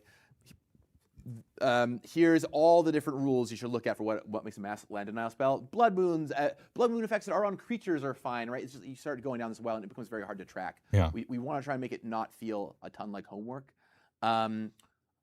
When we first worked Shout out on brackets, amazing we actually made an Palladium. entire list of mass land denial cards, and we're like, hey, these are the mass land denial cards you shouldn't play. But that was just another list you had to track Yeah, on it's top just of the game another changers list. And ultimately, like, playing Mags of the Moon is still not that fun. So we decided to just put it all under mass land denial. I agree that there are different shades of it. I totally agree. But I'll also say that I still don't really want to encounter a lot of these cards in a lot of bracket 2 level games, for example. So Yeah. we have no That's probably intention true. of super changing that. I will say that in the original article, the description was takes away 4 or more lands, generally takes away 4 more lands from each player, which I think is still a good one to follow, and kind of why there's this new card in Edge of Eternity's Commander called Planetary Bombardment. Yeah. And it's kind of why we're like, oh, that one's a lot more okay, because it's probably not going to blow up 4 lands per player, right? It's going to take 2 or 3 lands It is. away. Maybe one player gets hit for 4 lands. It is, but okay. It lets you keep 6 lands. Yeah, Right, each like- player keeps exactly. Yeah, red players are the So, most oppressed minority, right Having next to that- Another gamers. great example of why having precons tied to bracket 2 was a bit of messaging challenge. So yeah, there's that. Yep. I also, some people ask me this. I'll just go ahead and say it. I think it would be cool. Like brackets are still in beta right now. We're not removing the beta tag. I Okay. can imagine a world where 5 years from now or longer, precons have what bracket they're at on them. Right? You go to the store and you look at the back of the box, and it's a bracket 2 precon, bracket 3 precon. Yeah, that would be a cool Distancing thing. The precon language from that lets us do that potentially too. But you got to finish beta first. Okay, let's go. We're Planetary just Annihilation about out of is time, great, and yeah. we have one fun thing to show you at the end of the show. So I want to leave a little bit of time for that. Oh, a cool thing. Oh man, I lost the question. Sorry to the person whose question I was about to read, and then chat moved. Well, while you're looking for it, I'll just go ahead and say thanks to all of you for following along. I know that the brackets have been an evolving system, and I really appreciate you all giving us your feedback. It's been actually critical in making the decisions $8,000 we've bracket made 5 today, exclusive and it's gonna be secret even more layer critical, precon. going forward. So just thanks to all of you for all that, and I really appreciate it. Yeah. I'll also say that you, while you're looking for that question, you will hear from us one more time this year, likely. Oh. Not in terms of any major commander level decisions, but as I mentioned in the article last year when we debuted the format panel, every year we're going to kind of have a format panel rotation where some folks will rotate off and a couple new folks will rotate on. And that'll be happening before the end of this year. And so you'll hear from that when it happens. As I said in the article last year, the group will become smaller. We wanted a really large group for this kind of first transitionary year. It'll become a little smaller group moving forward in the years to come. So stay tuned for a little more communication from us there later this year. But you shouldn't expect any format level changes for the rest of the year after this. Yeah. All right. Last question that we have time for, and I think it's a good one. I like that you established a game speed for brackets. But do you feel that taking out one player and taking out the whole table are very big differences in power level? So, you talked about players that's start true, losing at that turn, but there is a difference between I win the game and one player loses. Yeah, there is a gigantic difference, and you can only get so Layoffs. granular before it becomes Secret layer harder to make layoffs. specifics about. But the kind of I'll use a framework that that Ben Wheeler used that I really liked. I love Ben. Shout out to Ben. Ben He's like, Wheeler what and turn, Dealer. if you died a Craterhoof Behemoth, would you be happy about your game being played, right? Yeah. And it's like that's like a framework that I thought was pretty helpful in creating this. So it's like, okay, well, are you satisfied with your commander game if you die at this turn? If the game ends on this turn for you specifically, are you satisfied? And so like if you've played 6 turns and someone kills you on their 7th turn, are you satisfied with your experience? You feel like you have to do a bit of your thing, you have to interact with the game. That's kind of the question we wanted to ask here. Yeah. And so that's kind of the framework I would think about it as is, and the article goes into this a little bit more, but are you satisfied with how that's turned out? So lean management. That's how I think about it for yourself. And if you're satisfied killing everybody on your turn 7, then great, that's awesome. I might have a bracket for you. We also want to be clear that that's not the turn we expect for games to end, right? That's when it can start happening.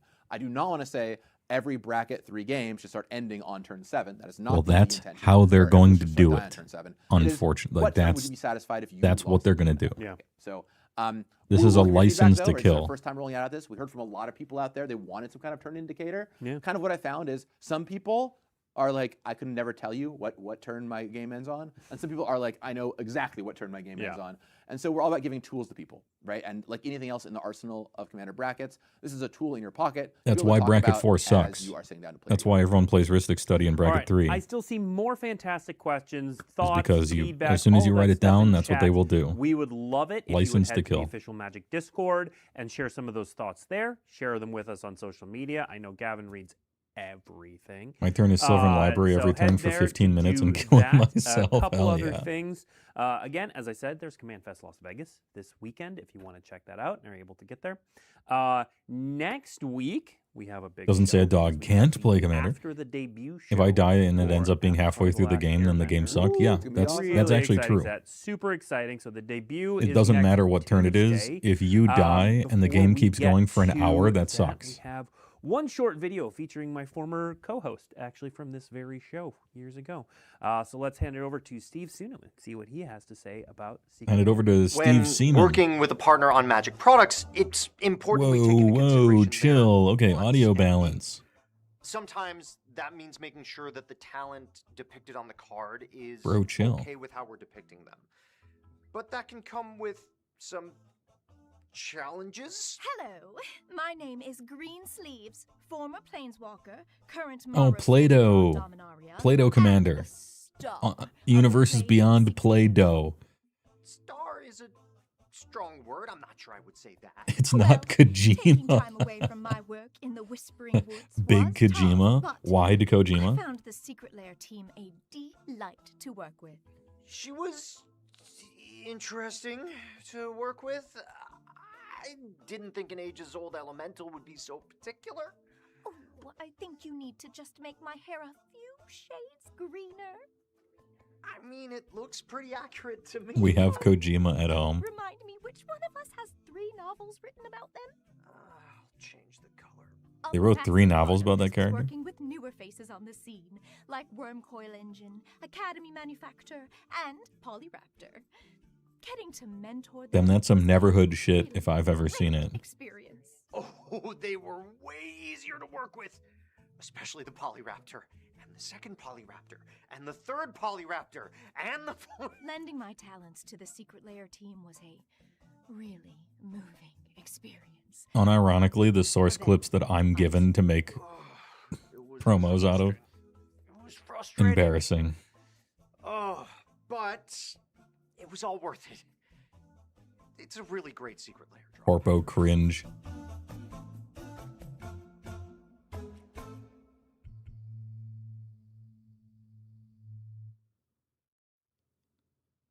Wow. This is great. Steve Snoo, huh? All right.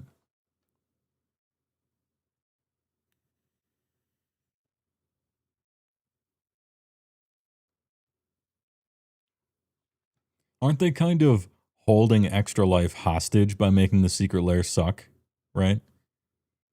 Isn't that kind of cruel in a certain way? It's like, hey, this is for a good charity, but we're going to make it really bad. Wouldn't they want to make it really great so people buy it and all those cancer kids get, I don't know what Extra Life actually does. It gives them video games or something. Anyway. Anyway, thanks for watching.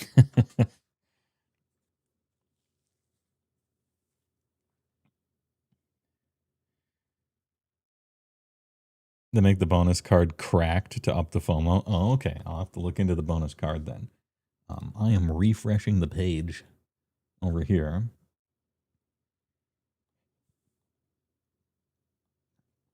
Because I want to go over that bracket in the first place. Did you know during the presentation, they talked about bracket 1 and the changes to it. And they talked about bracket 2 and the changes to it. And then they just stopped and moved on to the next thing. So I guess I got to look at the bracket thing to read about 3 and 4. You know, I guess I just have to wait for this article to come online, which according to my watch should have been up 2 minutes ago. Get on it. Making a silver border illegal in bracket 1 makes it bracket 6, actually.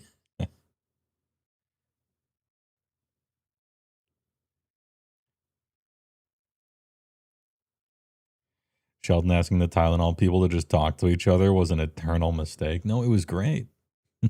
It worked great. Where's the article being posted? MagicTheGathering.com, I assume. I'm like on there right now, just kind of refreshing it, waiting for it to show up. They said it'd be up 3 minutes ago. Layoffs. When?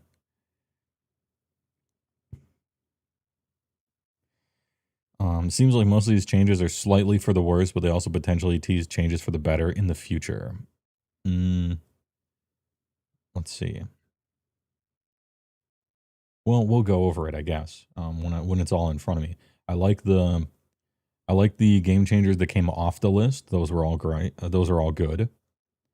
Kinnan maybe not so much, but hey, all right, I guess. He probably gets policed by the definitions of the brackets anyway, I guess. And then also as a commander, you can just be like, no. But yeah, that was the puzzler. That was the head scratcher for me, was the Kinnan coming off.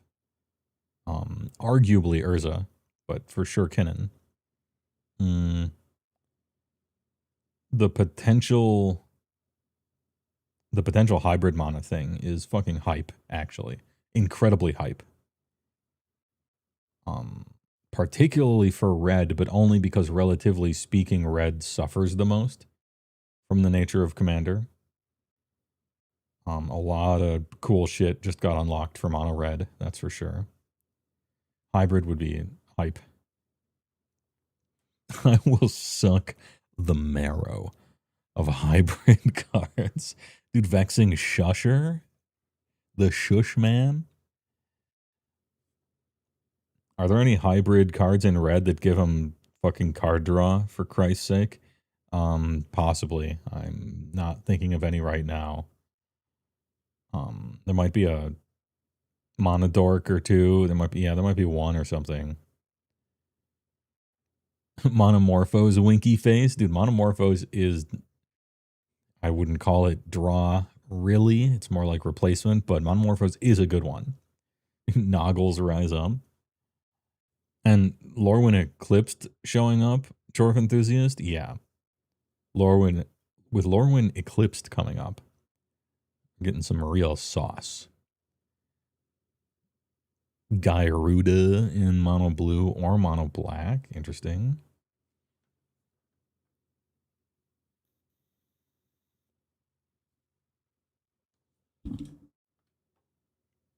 Oh, sorry about that. I hit the mic. Here's the charity drop. Demonic Tutor, Teferi's Protection, Mox Opal, Sheldred, and Great Hengi. That's a good charity drop. We'll cure cancer with that one. Put Guy's Cradle in there. I got it. All right. Extra Life, Secret Lair, Winter Edition, Christmas Edition. And it's just one of every original dual land, except it's called Snow-Covered Bayou, Snow-Covered Volcanic. And it's just a full black border, completely legal, snow-covered original duels. Well, not only will we cure cancer, we'll cure diabetes by accident.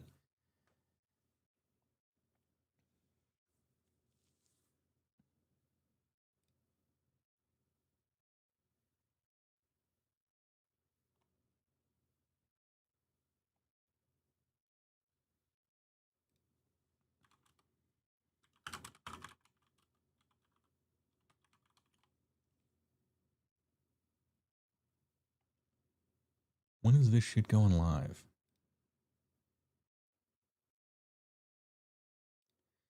I suppose I could just steal the image.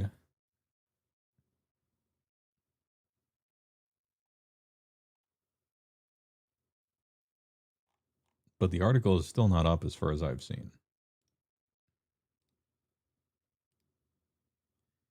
There we got potato picture. We got potato picture of the new bracket image.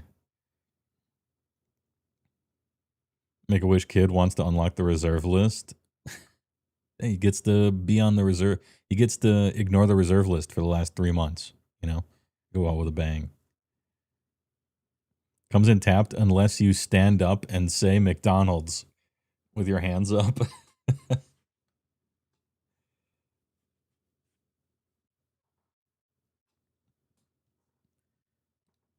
All right, once again, I fundamentally do not like at all, from a philosophical standpoint, this casual mindset and competitive mindset color coding here.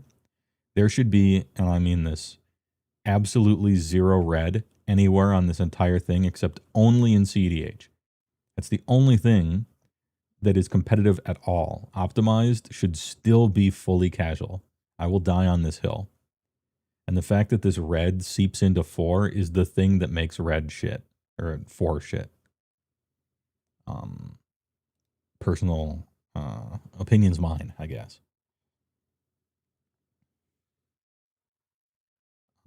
Nice slip, dude. Red is shit, but that's not this thing's fault. Filthy sweat lord. Exhibition, don't care. Core, don't care. Upgraded, aka actual commander. Players expect, so the difference is staples. I think that might be kind of true. That's a good idea. Like the difference between core and upgraded is you start playing staples. That's not entirely true, but it's a good signpost to write up there. I kind of agree with that part. Players expect decks to be powered up with strong synergy and high card quality. They can effectively disrupt opponents. Ooh, look, there's a lot of bracket 3 players the world over who are going to feel persecuted by that sentence. They can effectively disrupt opponents. Dude, print this out and point to that sentence the next time anyone complains about anything you do in bracket 3. Excuse me. If you can't effectively disrupt your opponents, that's on you. Spell shot gamers rise up. A little wipeout or wipe away. A little Crosan grips. There will be no responses. Stopping me is competitive. How dare you? True. Actually, you can technically respond the split second as long as it's a triggered ability.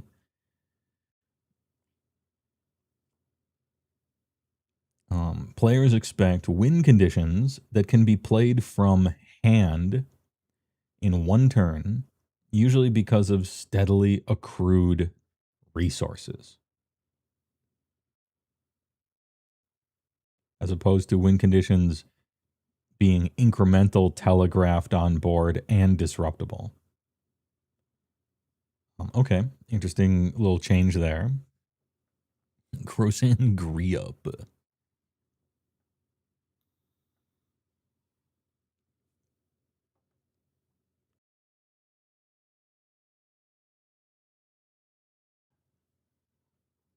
Actually comes from it became a meme on my team back in the day about split second. I was playing against, I was on some shit like Cloud Post deck in Legacy, and it was the win and in for top 8. And I was playing against Omni Show. Okay, Omni Tell, right? So show and tell, omniscience, that kind of thing. And I had 3 Crosan grips in the sideboard that I brought in. And my opponent play show and tell. I put in Primeval. I put in Prime Time, and grab like whatever Eye of Ugin and Cloud Post or something, and they put in Omniscience. And I have a Crowsand Grip, but as long as they play correctly and or their hand is good, they can't lose to Crowsand Grip, because if your hand is proper, the thing to do when you show and tell Omniscience is to immediately cast a second Omniscience, like put that on the stack, or Emrakul, right? Something like that. Now, you might not have it in your hand and you got to do what you got to do, but that's the proper play. And the lady I was playing against cracked a fetch land after putting Omniscience out. Oh, a thing of beauty. And so I'm like, Crowsand Grip Omniscience. And she's like in response, and something came over me, and I'm like, there will be no responses. And my team had to walk away from the table because they didn't want to like fucking burst out laughing. Like the way you said that, like a arch villain, like a villain. There will be no responses. And it became a meme.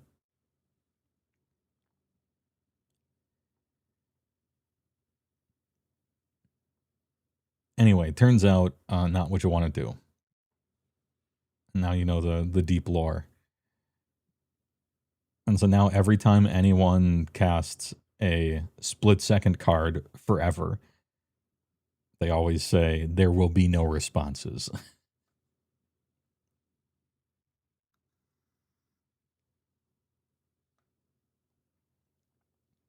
Although, if it's a triggered ability, then a triggered ability can work.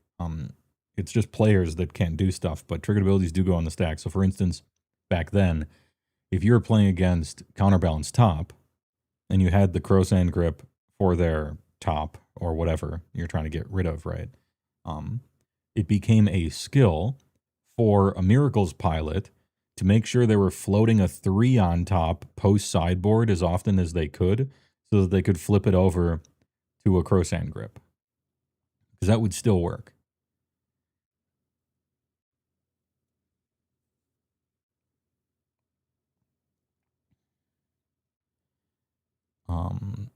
HeyWoah needs to run a Shadow the Hedgehog deck now. Yeah, it's true. Shadow the Hedgehog. Oh, Wandering Archaic. Could you have responded to your own primetime? Yeah. But it probably wasn't a primetime in retrospect. Otherwise, it wouldn't have been such a funny story. So it must have been some bullshit instead, without a trigger.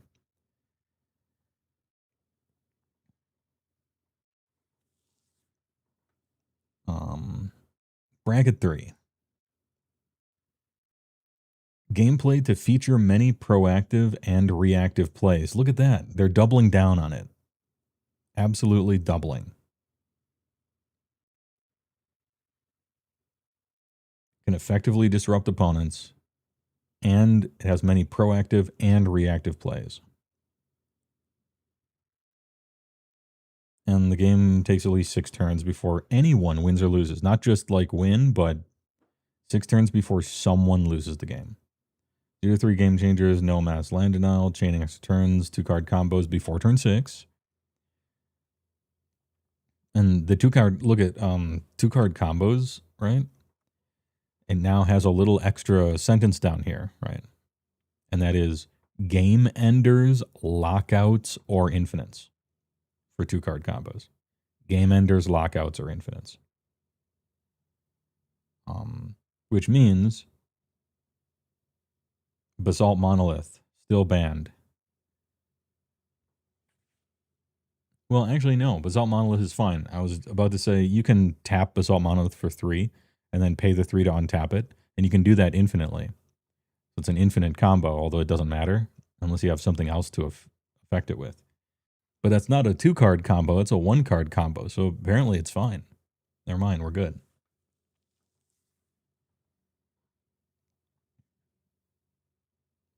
Optimized, players expect decks to be lethal, consistent, and fast. Designed to take people down as fast as possible. They do not adhere to the CEDH metagame.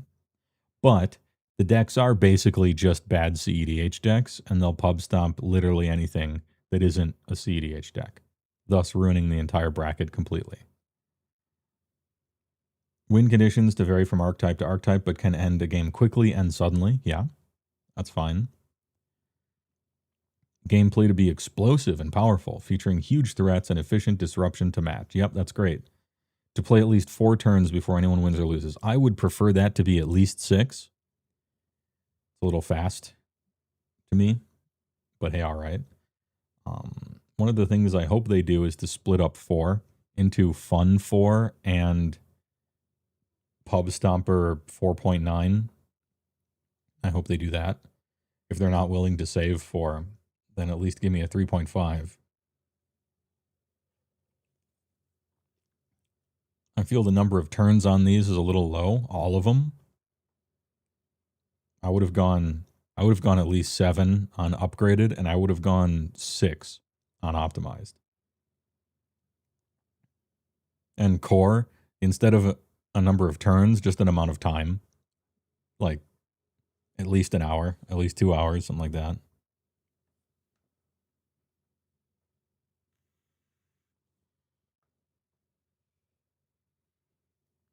Have you seen the Ub Toph cards? Draws the game if you have Caged Sun out.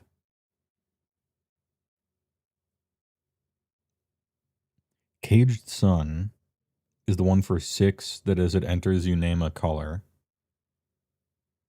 And everything of that color gets 1/1. And then your lands tap for an additional, or is it double? Let me look it up.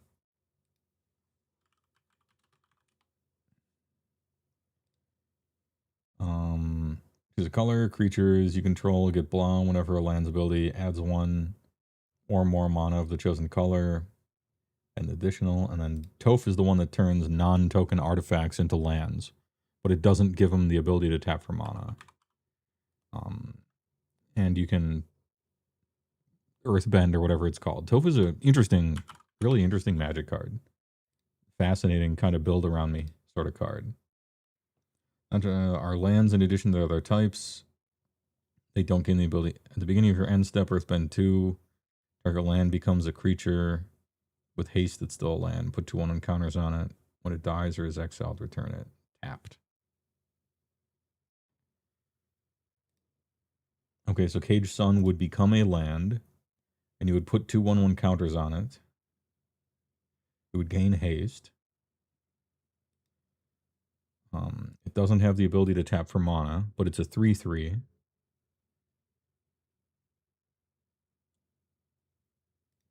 How does Caged Sun draw the game with Toph? What am I missing here?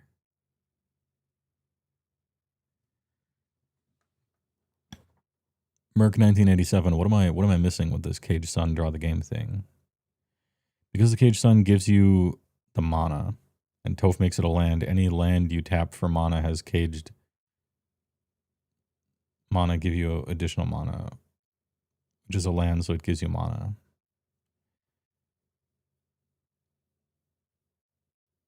Oh, okay. You're talking about some other land that all right, I was only looking at those 2 cards. I see. Whenever a land's ability adds 1 or more mana of the chosen color, add 1 additional mana of the color to your mana pool. But they don't gain the ability to tap for mana, it says. I don't think this... I must be missing something about it. Because Caged Sun gives you the mana. Right, but it's not a mana ability. Like it's a trigger.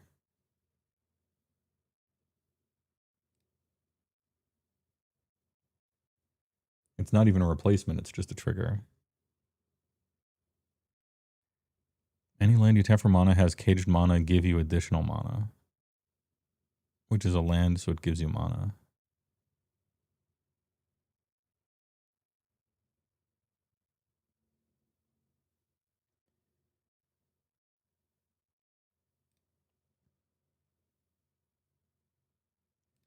So land's ability.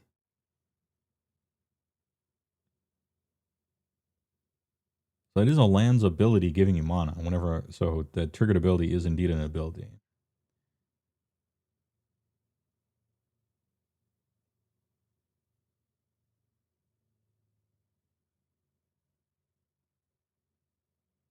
Hmm.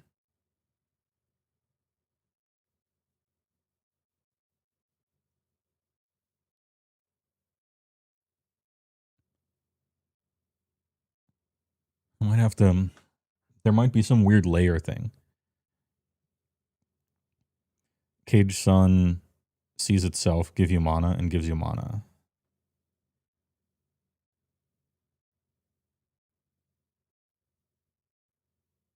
Oh, so it loops in on itself forever.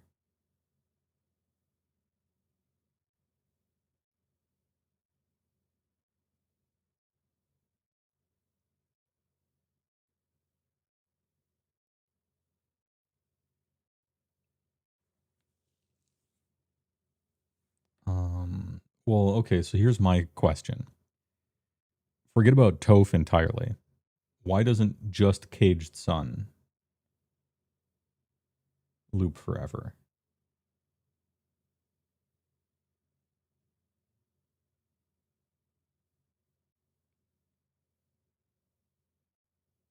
Because Caged Sun's not a land, I guess.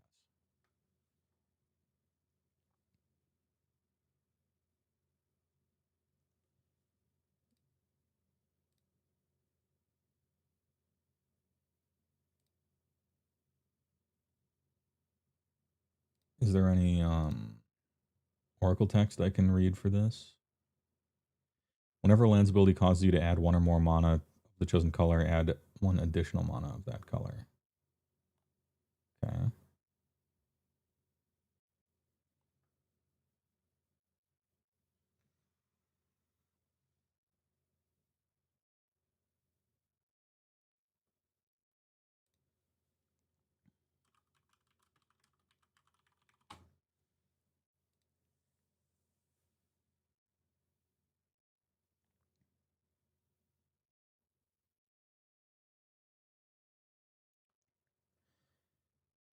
There was a ruling a few years ago. There's only one ruling for Caged Sun. An ability that triggers from the resolution of an activated mana ability is also a mana ability. This means that if the land's ability that caused you to add mana was an activated mana ability, Caged Sun's triggered, won't use the stack, and can't be responded to. Okay. So that's like ruling number one that could cause this to go forever and kill everything.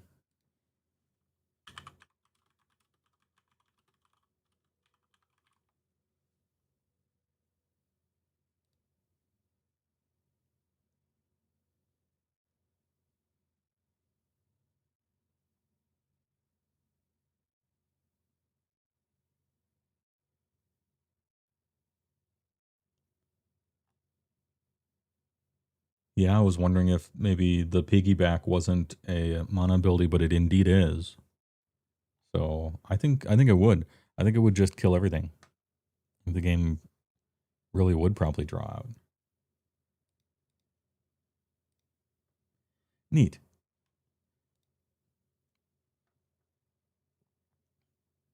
Yeah, and it's not a May or anything like that. It doesn't target.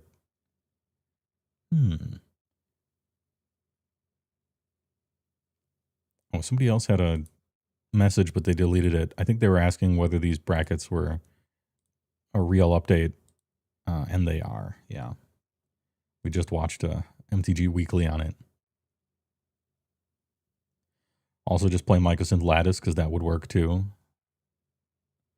No, Mycosynth Lattice is safe, I think. Dread Emperor, because one of the things Mycosynth Lattice also does is, I think it turns all mana colorless, maybe. So it might be safe because Caged Sun only triggers on colored mana of a particular color. But I need to look up Mycosynth Lattice. I thought that I know it turns everything colorless. I don't know if it turns mana colorless.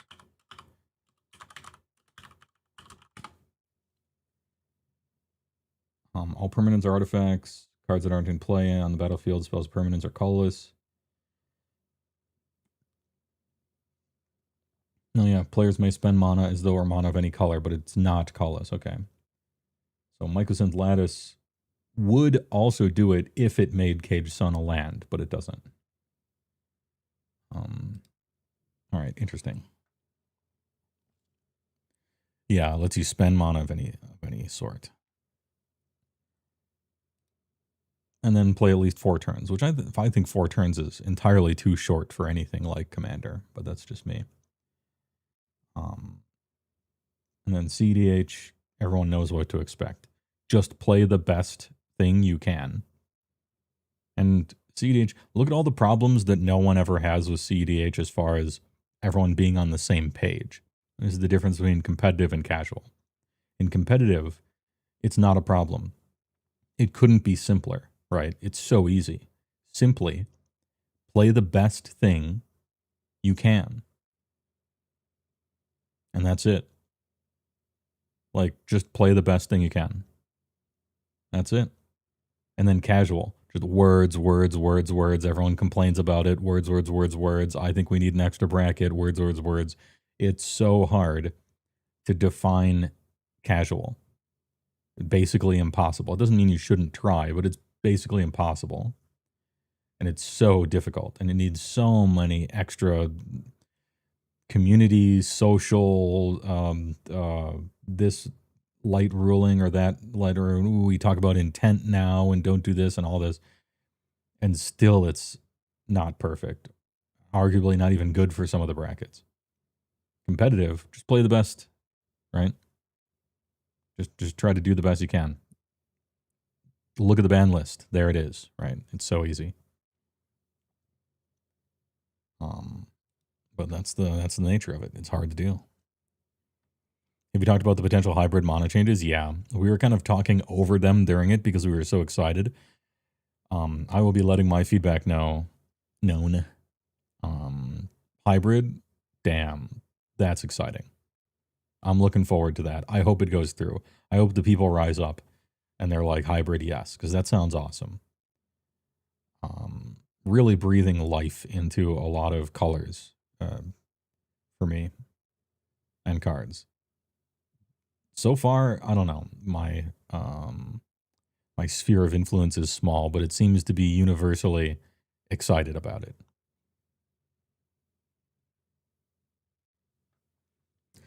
Where you live, pre-con players need to deal with CDH because the LGS is insistent on doing tournaments. Yeah, that's completely incorrect. Having a commander tournament that isn't CEDH, like for instance, like a bracket 3 tournament, you are retarded. That's like completely missing the point, completely incorrect. And it's a recipe for disaster. Like what a terrible idea that is, right? If you say that you are doing a bracket 3 tournament, what you've made is a CEDH tournament with with a bigger ban list. That's it. That's what you've done, right?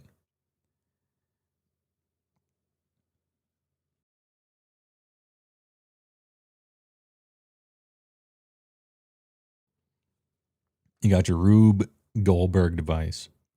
Instead of Toph, you get Ashaya and Cyberdrive Awakener. It would make all your artifact creatures and all your creatures are lands. Or just play a 4-drop. Been going on for more than a decade and there's like 20 people every week. It's stupid, but they like it. Yeah, I mean, you know, I always say this. I think it's completely incorrect and a shit show. However, the children yearn for it. The people demand it. You know, you got to give the people what they want, even if what they want is horrible and bad for them, right?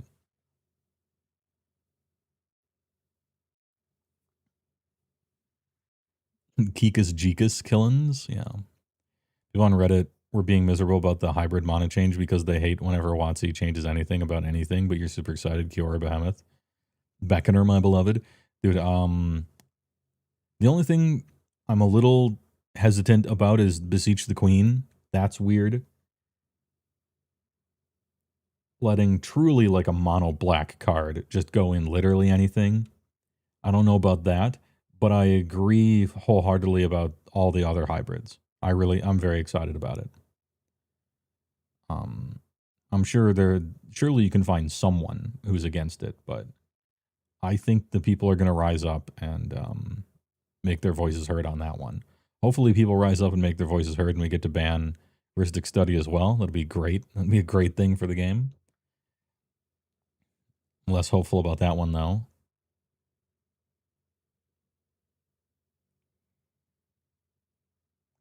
The way to do commander events with prizes is to set goals that aren't winning. There was a video you saw recently on sort of like a scavenger hunt. One of those, they've done these in a bunch of different pre-releases. Remember the thing where Avacyn was in the Hell Vault, or you choose Mirrodin or Phyrexia, you know, and like shit like that, where, or a little like convention game scavenger hunt. Oh, do this cool thing, do that cool thing, achievement unlocked kind of stuff. I don't like any of that, but it's a better idea than just straight up a tournament for a casual format. Alternate solution, start playing Shadow Fist. I think the solution is everyone shows up for Commander Night and then everyone just plays Commander. I know that the store wants to charge people somehow. And it's probably off-putting to have them charge you to just sit there and play the game.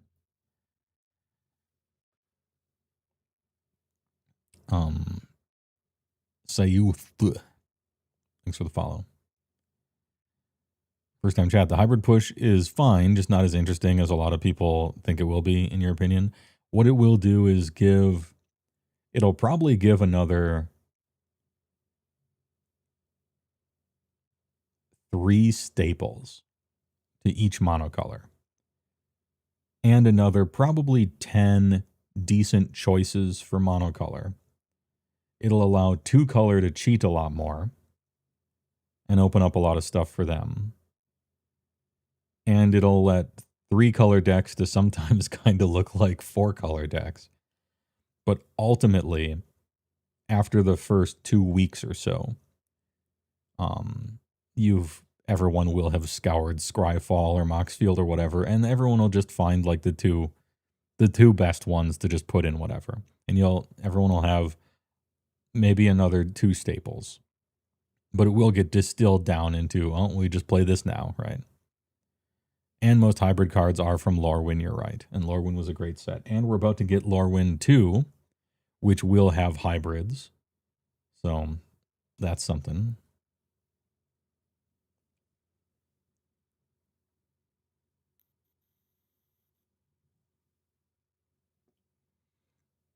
Scariest part will be Wizards printing some hybrid card that goes into literally everything.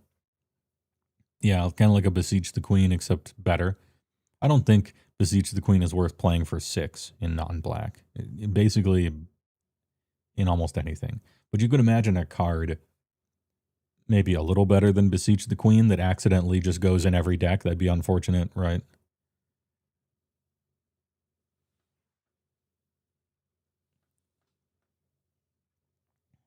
You could also say that over time, Magic the Gathering's color identity choices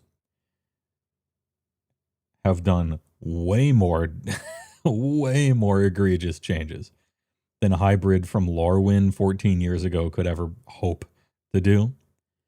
Now, it's not the best argument, just the argument itself. Like, well, bad thing happened, so lesser bad thing is fine, right? I get that, but colorless deck kind of wants Beseech. That is the one thing, yeah. 25 mono rocks, the colorless commander deck probably would play Beseech the Queen. You're right. I was thinking of colors. 18 years, big man, nearly 20. Why are we still here? Just to suffer? Look, every night. 18 years. Okay. When did the PS2 come out? Mark Woserotter said a lot recently that R&D really likes hybrid and intends to use a lot more of it in the future. Yeah. Well, I think a bit of trivia that other people probably know. I think this is true, but it might not be.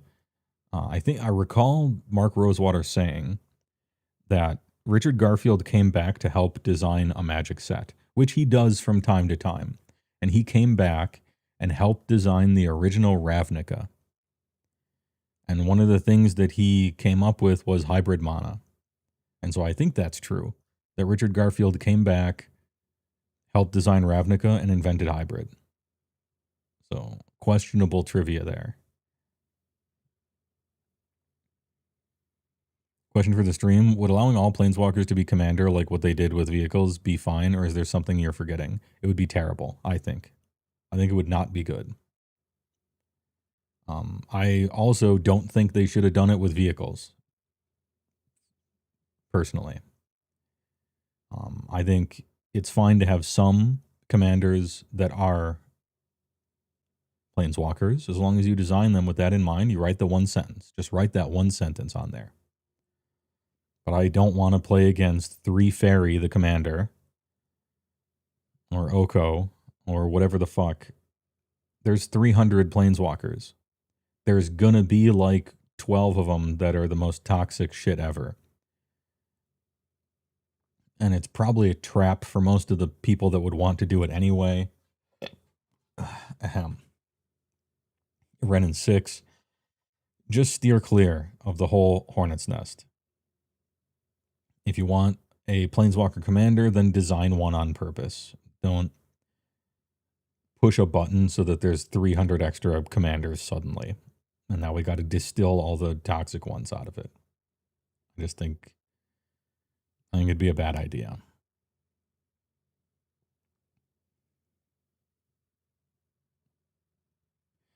Do you see Oops All Swamps Land getting more popular with Beseech the Queen? Yes. Yeah. Urborg is already quasi-playable because of tapping fetch lands for mana.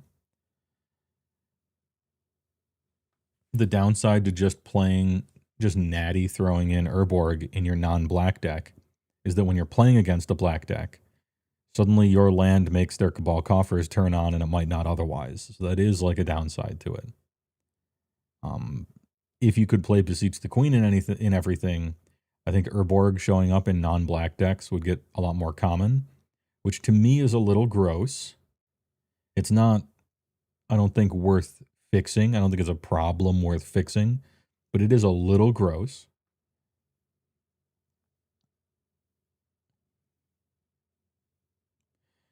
Hey, well, you're back from your exam. You got a solid B+. Hey, B for big. Good work. I see you pre-cheated ahead of time by learning some of the material. Good work.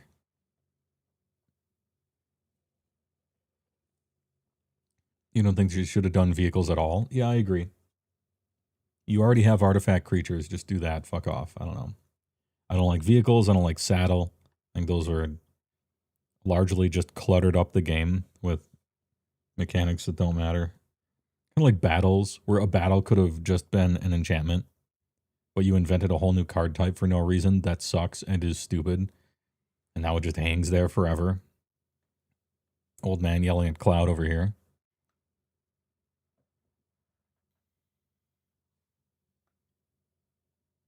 Don't forget about lessons. Yeah, kind of same thing. Lessons is kind of like Arcane. It's just trapped in its own set forever unless they return to it. Yeah, battles they're like planeswalkers or enchantments and much worse than both.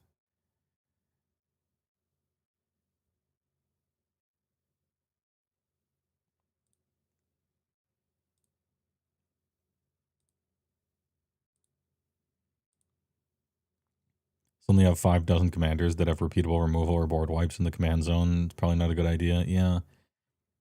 I mean, that would be annoying for like low bracket games, but I just don't want to play against 3 mana Teferi in the command zone. That sounds fucking miserable. Turn 3, everyone plays at sorcery speed except for me. Are we having fun? It's coming back. Every time it gets removed, it's coming back. I don't know. I don't know how, like, powerful they would necessarily be. It's just, in general, the ones that you would see would just be super annoying, I guess. And 300 is a lot of extra commanders to just throw out. Although, with the pace of releases nowadays, 300 legends a year is probably the average. I'm kind of kidding. Let's make a Dungeons and Dragons set, but don't bring back Arcane. Also, a Magic School set, but also don't bring back Arcane. Yeah, what were they thinking? I want to splice. Give me some splicers.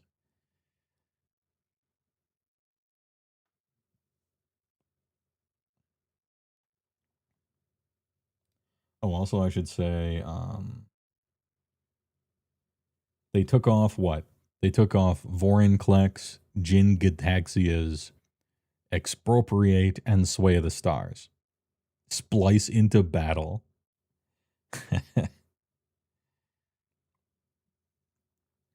Splice into battle. I'm going to untap my library and en passant the stack. Split second.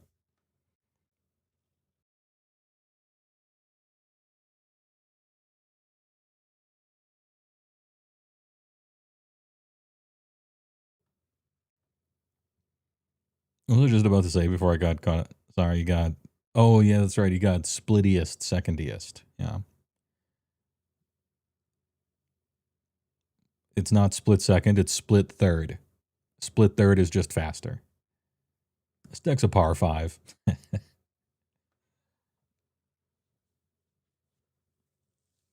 I block with my new Eldrazi. It has a Mega Annihilator, so when it blocks, the attacker has to sacrifice permanents. Bleh. Anyway, good shit. Sway of the Stars, pointless. They took it off. That's good. No one will ever play it. No big deal. Oh, you summon the Mox Man? He's more Mox than Man now. Vorinclex, funny. Am I going to play Vorinclex? Probably not. But I suppose I could put it in Galar, right? But I don't think I care. 2. Jin Gitaxias, same thing.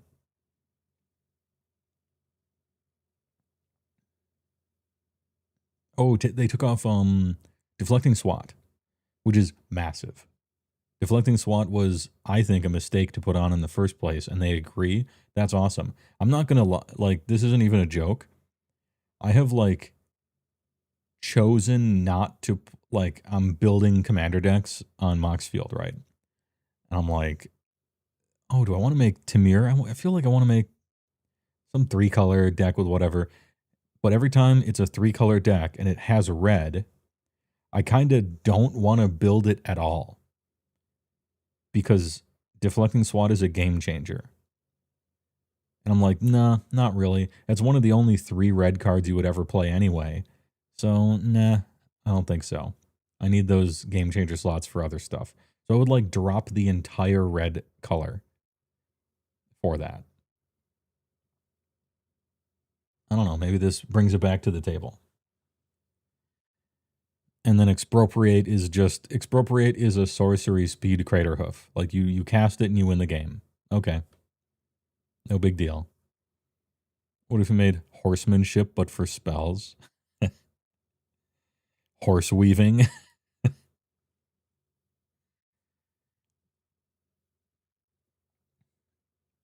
Horse Weaving is up there with, like, Rat Storm, where it has Storm except for the number of rat spells you cast.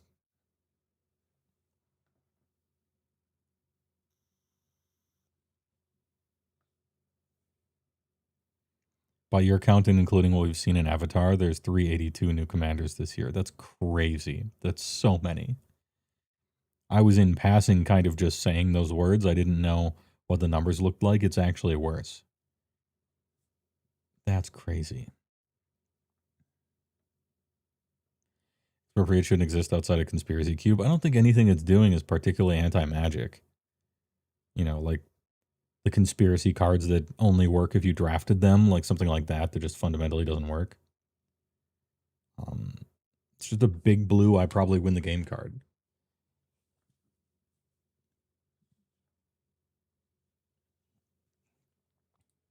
Kind of a hey, all right kind of thing.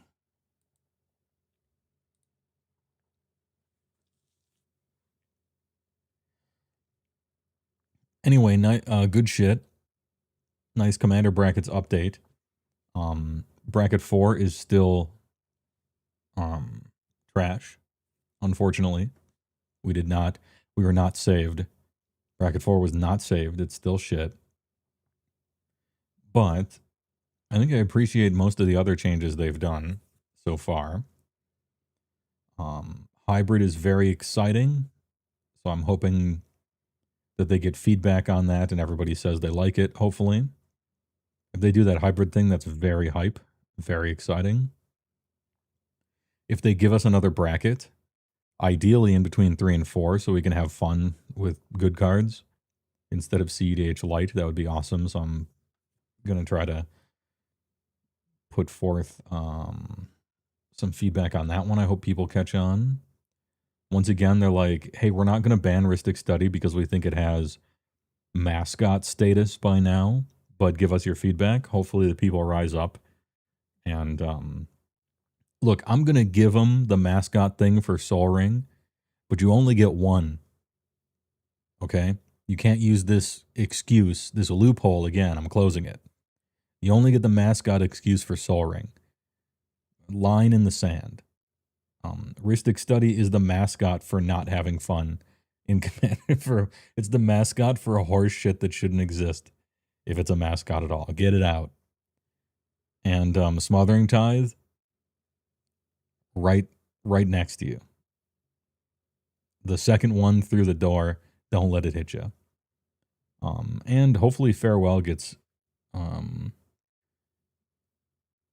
promoted to a game changer, just for the kids, you know, for the casuals out there, throw them a bone. And the difference is Ristic Study isn't in every single precon ever. Yes, that's also true. The number of reprintings technically Sol Ring has is like 200, and Ristic Study has 10. So that one's easier. And we don't care about precons anyway, because number 2 is core. They got rid of all the precon lingo in number 2. So we don't have to care about that shit anyway. Overall, pretty good show. Pretty good show. And it's just about 2 o'clock. Thanks for being here for the lunch break stream.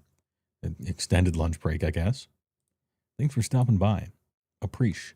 Probably see you later this week for a conquest thing, if I'm going to look into that. Every single Ristic Study reprint is also incredibly expensive. Yes. I don't think that matters, though. Or it shouldn't matter. How much a card costs should be totally irrelevant as to whether it's banned or something or not. Yeah, Italian lunch break for sure. Hey, Jimmy. Give me a bracket with nothing. Nothing? Thanks for watching. Thanks for the subs and the bits. I'm getting out of here. Another stream this week, probably. Look in the conquest and maybe play a video game. I got to do some Magic feedback as well. I got a Magic feedback video and Age of Sigmar 5th edition feedback video. 2 videos. TY for watching. I'll see you guys later this week. Oh yeah, maybe a horror game for Halloween. That could be nice too.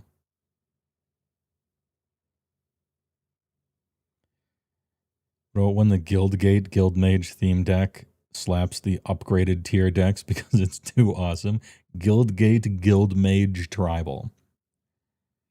You heard it here first. Anyway, get out of here. Thanks for stopping by.